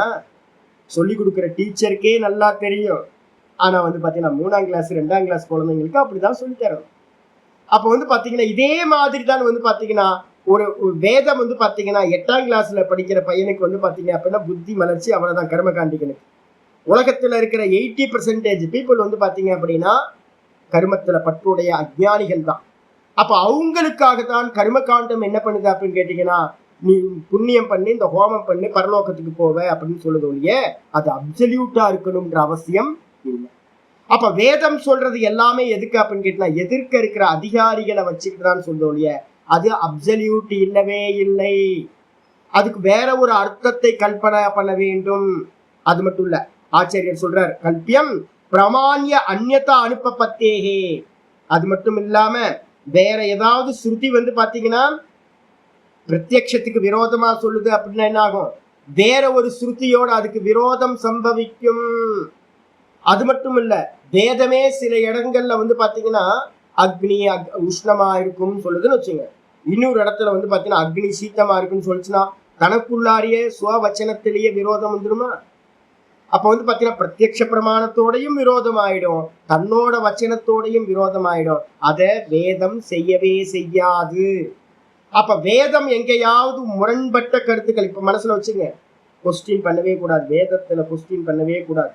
நம்ம அறிவுக்கு, அதாவது எங்க ஆச்சரியர்கள் சொல்லுவாங்க என்னன்னு கேட்டீங்கன்னா, நிறைய பேர் தயானந்த சுவாமிலாம் என்ன பண்ணுவார் அப்படின்னு கேட்டீங்கன்னா, எங்கேயாவது அவர் புரிஞ்சா போதும் வேதாந்தத்துக்கு எங்கேயாவது கொஞ்சம் சுத்தி ஒத்து வரலன்னு வச்சுக்கோங்க, இது எவனோ திணிச்சிட்டான். பின்னாடி வந்து சங்கராச்சாரியார் யாரோ வந்து பாத்தீங்கன்னா இந்த மந்திரத்தை திணிச்சிட்டாங்க, இதை திணிச்சிட்டாங்க அப்படின்னு. ஏன்னா தனக்கு சரியா வரல, எஸ்கேப் ஆகிறதுக்காக என்ன பண்றது அப்படின்னு. எங்க ஆச்சரியர்கள் என்ன சொல்லுவாங்க தெரியுங்களா உங்களுக்கு? எங்க ஆச்சரியர் சொல்லுவாங்க, ஒரு கமா கூட வேதத்துல வந்து பாத்தீங்கன்னா அர்த்தம் இல்லாமல் இல்லை. ஒரு கமா கூட வந்து பாத்தீங்கன்னா, ஏன்னா சுவாச காத்து, ஈஸ்வரனோட சுவாச காத்து சர்வஜ தன்மை வாய்ந்தது. அப்ப நமக்கு புரியலன்னு தான் சொல்லணும். எங்க குருநாதர்கள் வந்து பாத்தீங்கன்னா ராமானு சுவாமி சொல்லுவார் என்னன்னு கேட்டீங்கன்னா, இது எப்படின்னு தெரியலப்பா, எனக்கு புரியலப்பா, இது நான் கொஞ்சம் ரெஃபரன்ஸ் எடுத்துக்கிறேன், பெரியவங்கள்ட்ட கேட்டு சொல்றேன், அப்படிதான் சொல்லுவாங்க ஒழிய இது தப்பு, இது வேதத்துல சொன்னது தப்பு அப்படின்னு சொல்லவே கூடாது. ஏன் அப்படின்னா வேதத்துல சொன்னது எதையும் மறுக்கிற அளவுக்கு இங்க புத்திசாலிகள் எப்பவுமே பிறக்கவே மாட்டான். எந்த காலத்திலையும் பிறக்க மாட்டான். வேதம் தான் பிரமாணம். அப்ப எங்கேயாவது ஒரு மீனிங் சொல்லப்பட்டிருக்கு அப்படின்னா அதுக்கு மீனிங் வந்து வேற ஒரு மீனிங்கா இருக்கும், டைரக்ட் மீனிங் இருக்காது அப்படின்னு அர்த்தம் எடுத்துக்கணும். உடனே இவன் வந்து பாத்தீங்கன்னா பூர்வபக்ஷி உடனே கேள்வி கேட்கிறான், கர்மனோ மித்யா பிரத்திய கர்த்திருத்வாத் கர்த்துகு அபாவே. ரொம்ப முக்கியமானது, ஹைலைட் பண்ணீங்க. கர்மனோ மித்யா பிரத்தியவத் கர்த்திருத்வாத். யாருக்கெல்லாம் தேகம் நான் அப்படின்ற அபிமானம் இருக்கோ அதுக்கு பேர் என்ன பேரு? நான் தேகம்னு எடுத்தா அது மித்யா அறிவு, பொய்யறிவு. அந்த மித்யா அறிவை உடையவனுக்கு தான் வந்து பாத்தீங்கன்னா நான் சொர்க்கத்துக்கு போகணும், நான் நரக்கத்துக்கு போகணும், நான் கர்த்தா, நான் போக்தா அப்படின்ற அறிவெல்லாம் பொய்யறிவு. இந்த பொய்யறிவை உடையவனுக்கு தான் அந்த கர்த்திருத்வாத்து கர்த்துகு அபாவே. கர்மம் வந்து பாத்தீங்கன்னா அப்படிப்பட்டவனுக்கு தான் கர்மமானது செய்யப்படுவதாக இருக்கும். கர்மத்திற்கு கர்த்தாவா இருக்கிற தன்மை சித்திக்கும்.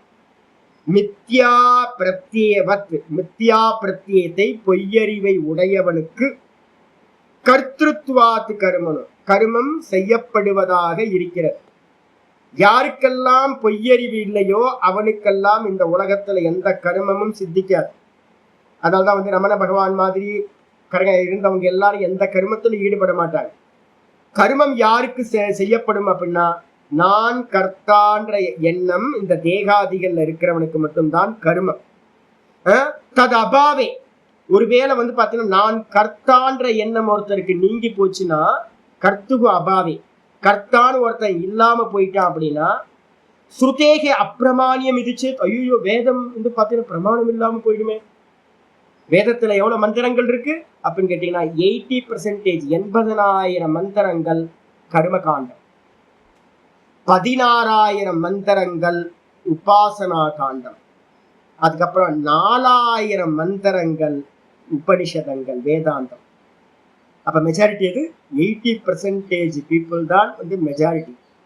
நிறைய பேர் சொல்லுவாங்க எல்லாமே கர்மத்தை நிப்பாட்டிட்டாங்கன்னா என்ன பண்றது, வேதம் வந்து பாத்தீங்கன்னா பிரமாணம் இல்லாம போயிடுமே அப்படின்னு வந்து பாத்தீங்கன்னா பூர்வபக்ஷி கேட்கிறான்.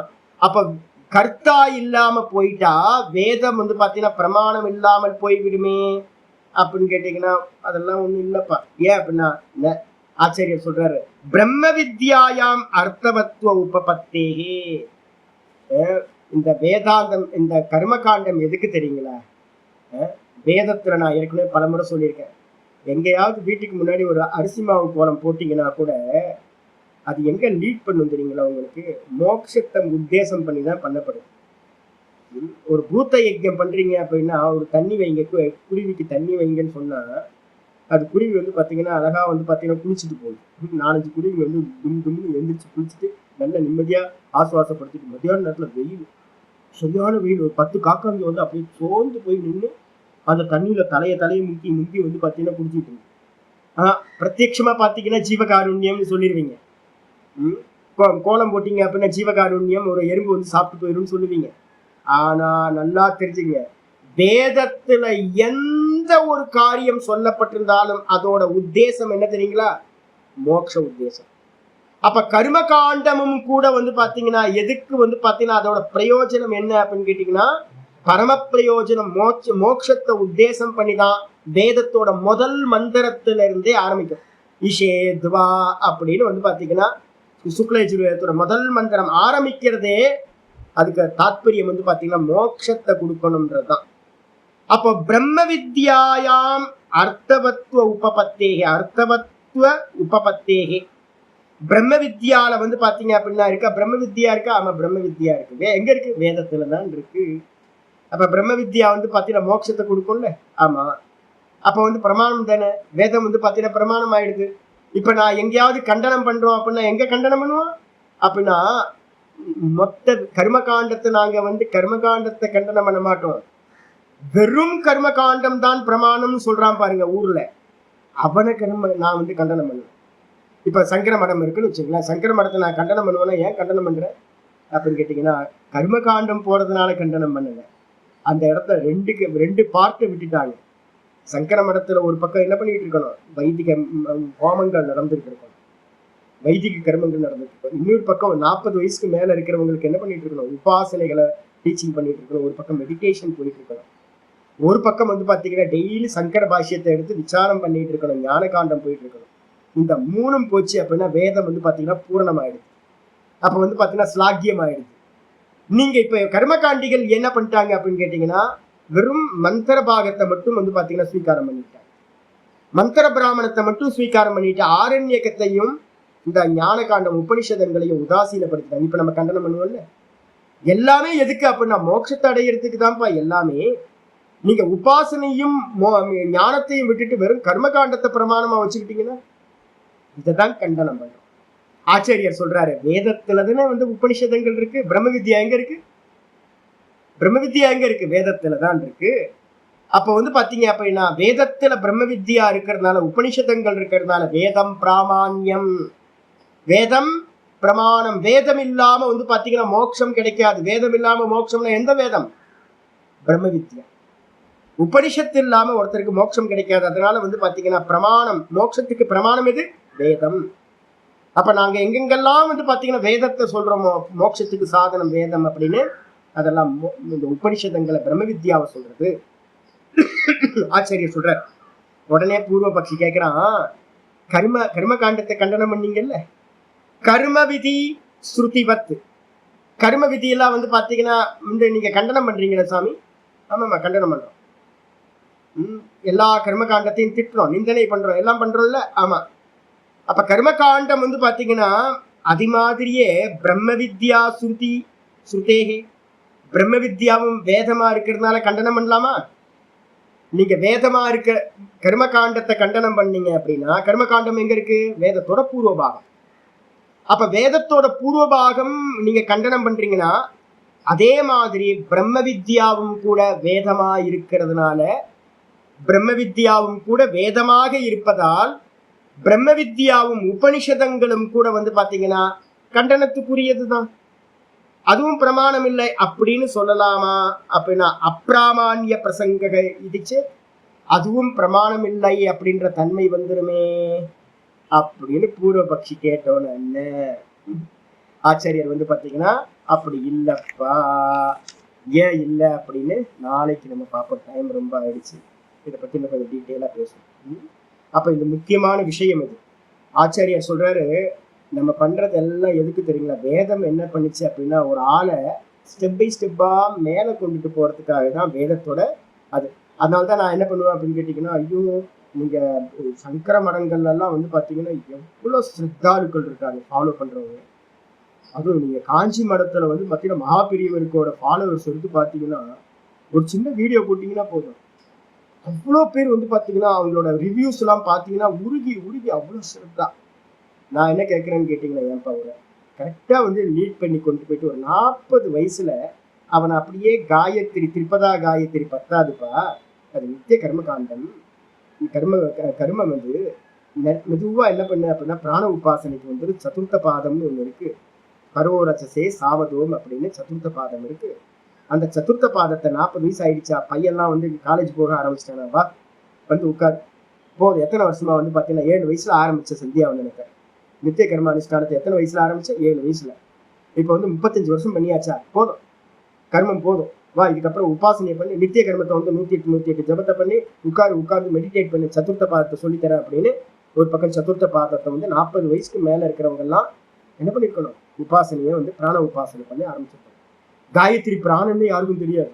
நிறைய பேருக்கு சதுர்த்த பாதம்ன்றது யாருக்கும் தெரியவே தெரியாது, பிரயோகமே இல்லாம போச்சு.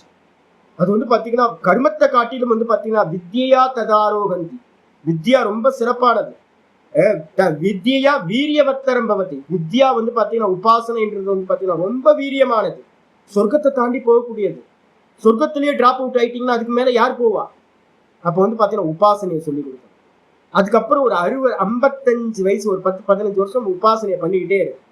ஒரு 60 வயசு 55-60 வயசு வரைக்கும் வரும்போது என்ன பண்ண, மெதுவா வந்து பாத்தீங்கன்னா போதும்பா, ஒய்ஃபை வந்து பாத்தீங்க அப்படின்னா வா இங்க ஒரு ஹோம் இருக்கு, சங்கர மடத்துலயும் ஒரு ஹோம் இருக்கு, வா கொண்டு வந்து அவங்க வந்து பாத்தீங்கன்னா புராணத்தை இதிகாசத்தை பண்ணிக்கிட்டு இருக்க, ஜபத்தை பண்ணிட்டு இருக்கோம், நீ என்ன பண்ணி சன்னியாசம் எடுத்துக்கிட்டு வா, உட்காந்து வேதாந்தத்துக்கு ஞானத்துக்கு அபியாசம் பண்ணு, இது பண்ணணும். இந்த செட்டப் வந்து பாத்தீங்கன்னா பண்ணிட்டு இருக்கணும். இப்ப என்ன ஆகி போச்சு, வெறும் கர்மகாண்டம் மட்டும் நடந்துட்டு. உபாசனை யாருக்காவது எங்கேயாவது சொல்லி தர்றாங்களா? சொல்லித்தர. அப்ப ஜக்கி வாசுதேவனா ஏன் பெரிய ஆள் ஆக மாட்டாரு?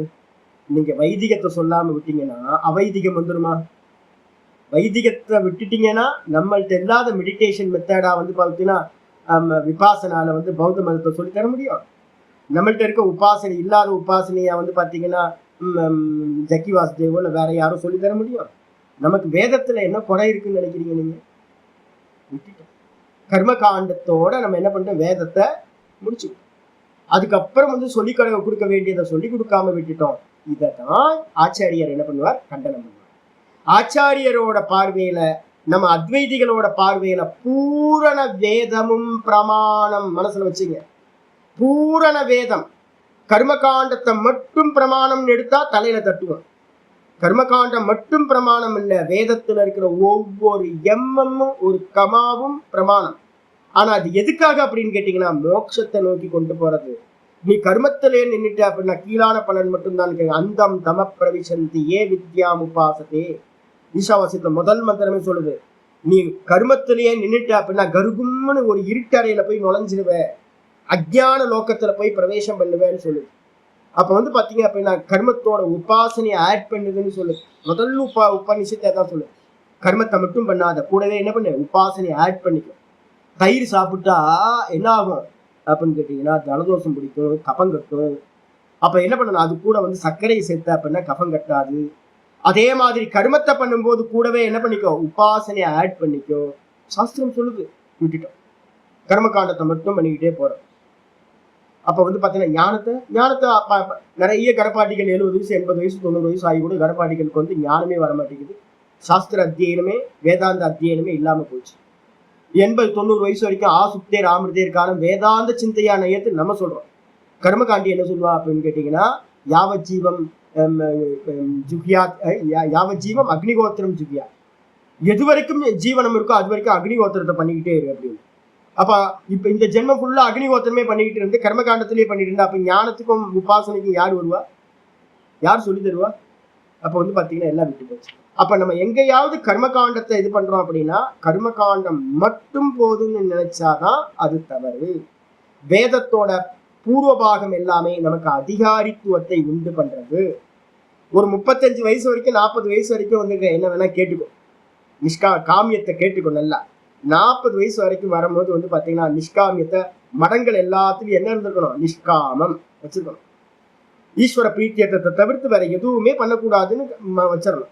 40 வயசுக்கு மேல இருக்கிறவனுக்கு கர்மகாண்டத்துல நிஷ்காமம் மட்டும்தான். அப்பதான் அது என்ன பண்ணும், சித்த சுத்தி இருக்கும், அது வந்துடணும்.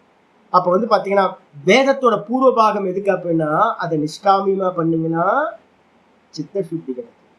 அது மூலமா பிரம்ம வித்யாக்கு நம்ம அதிகாரியா ஆக முடியும். அப்ப வேதத்தோட மொத்தமும் வந்து பாத்தீங்க அப்படின்னா பிரமாணம். வேதத்தோட பூர்வபாகம் எப்படி மோட்சத்துக்கு பிரமாணம் அப்படின்னா சித்த சுத்தியை கொடுக்கறது மூலமா பிரமாணம் அப்படின்னு எடுத்துக்கணும். நாளைக்கு பார்க்கலாம். மீதி ஓம் பூர்ணமத பூர்ணமிதம் பூர்ணாத் பூர்ணமுதச்யதே पूर्णस्य पूर्णमादाय पूर्णमेवावशिष्यते। ओम शांति शांति शांति। हरि ओम श्री गुरुभ्यो नमः। हरि ओम। ओम श्री कृष्णाय परमात्मने नमः। श्री कृष्ण कृष्ण कृष्ण कायेन वाचा मनसेन्द्रियैर्वा बुद्ध्यात्मना वा प्रकृते स्वभावात् करोमि यत् सकलं परस्मै नारायणायेति समर्पयामि। ओम तत्सत् इति परब्रह्मार्पणमस्तु। नारायण नारायण नारायण।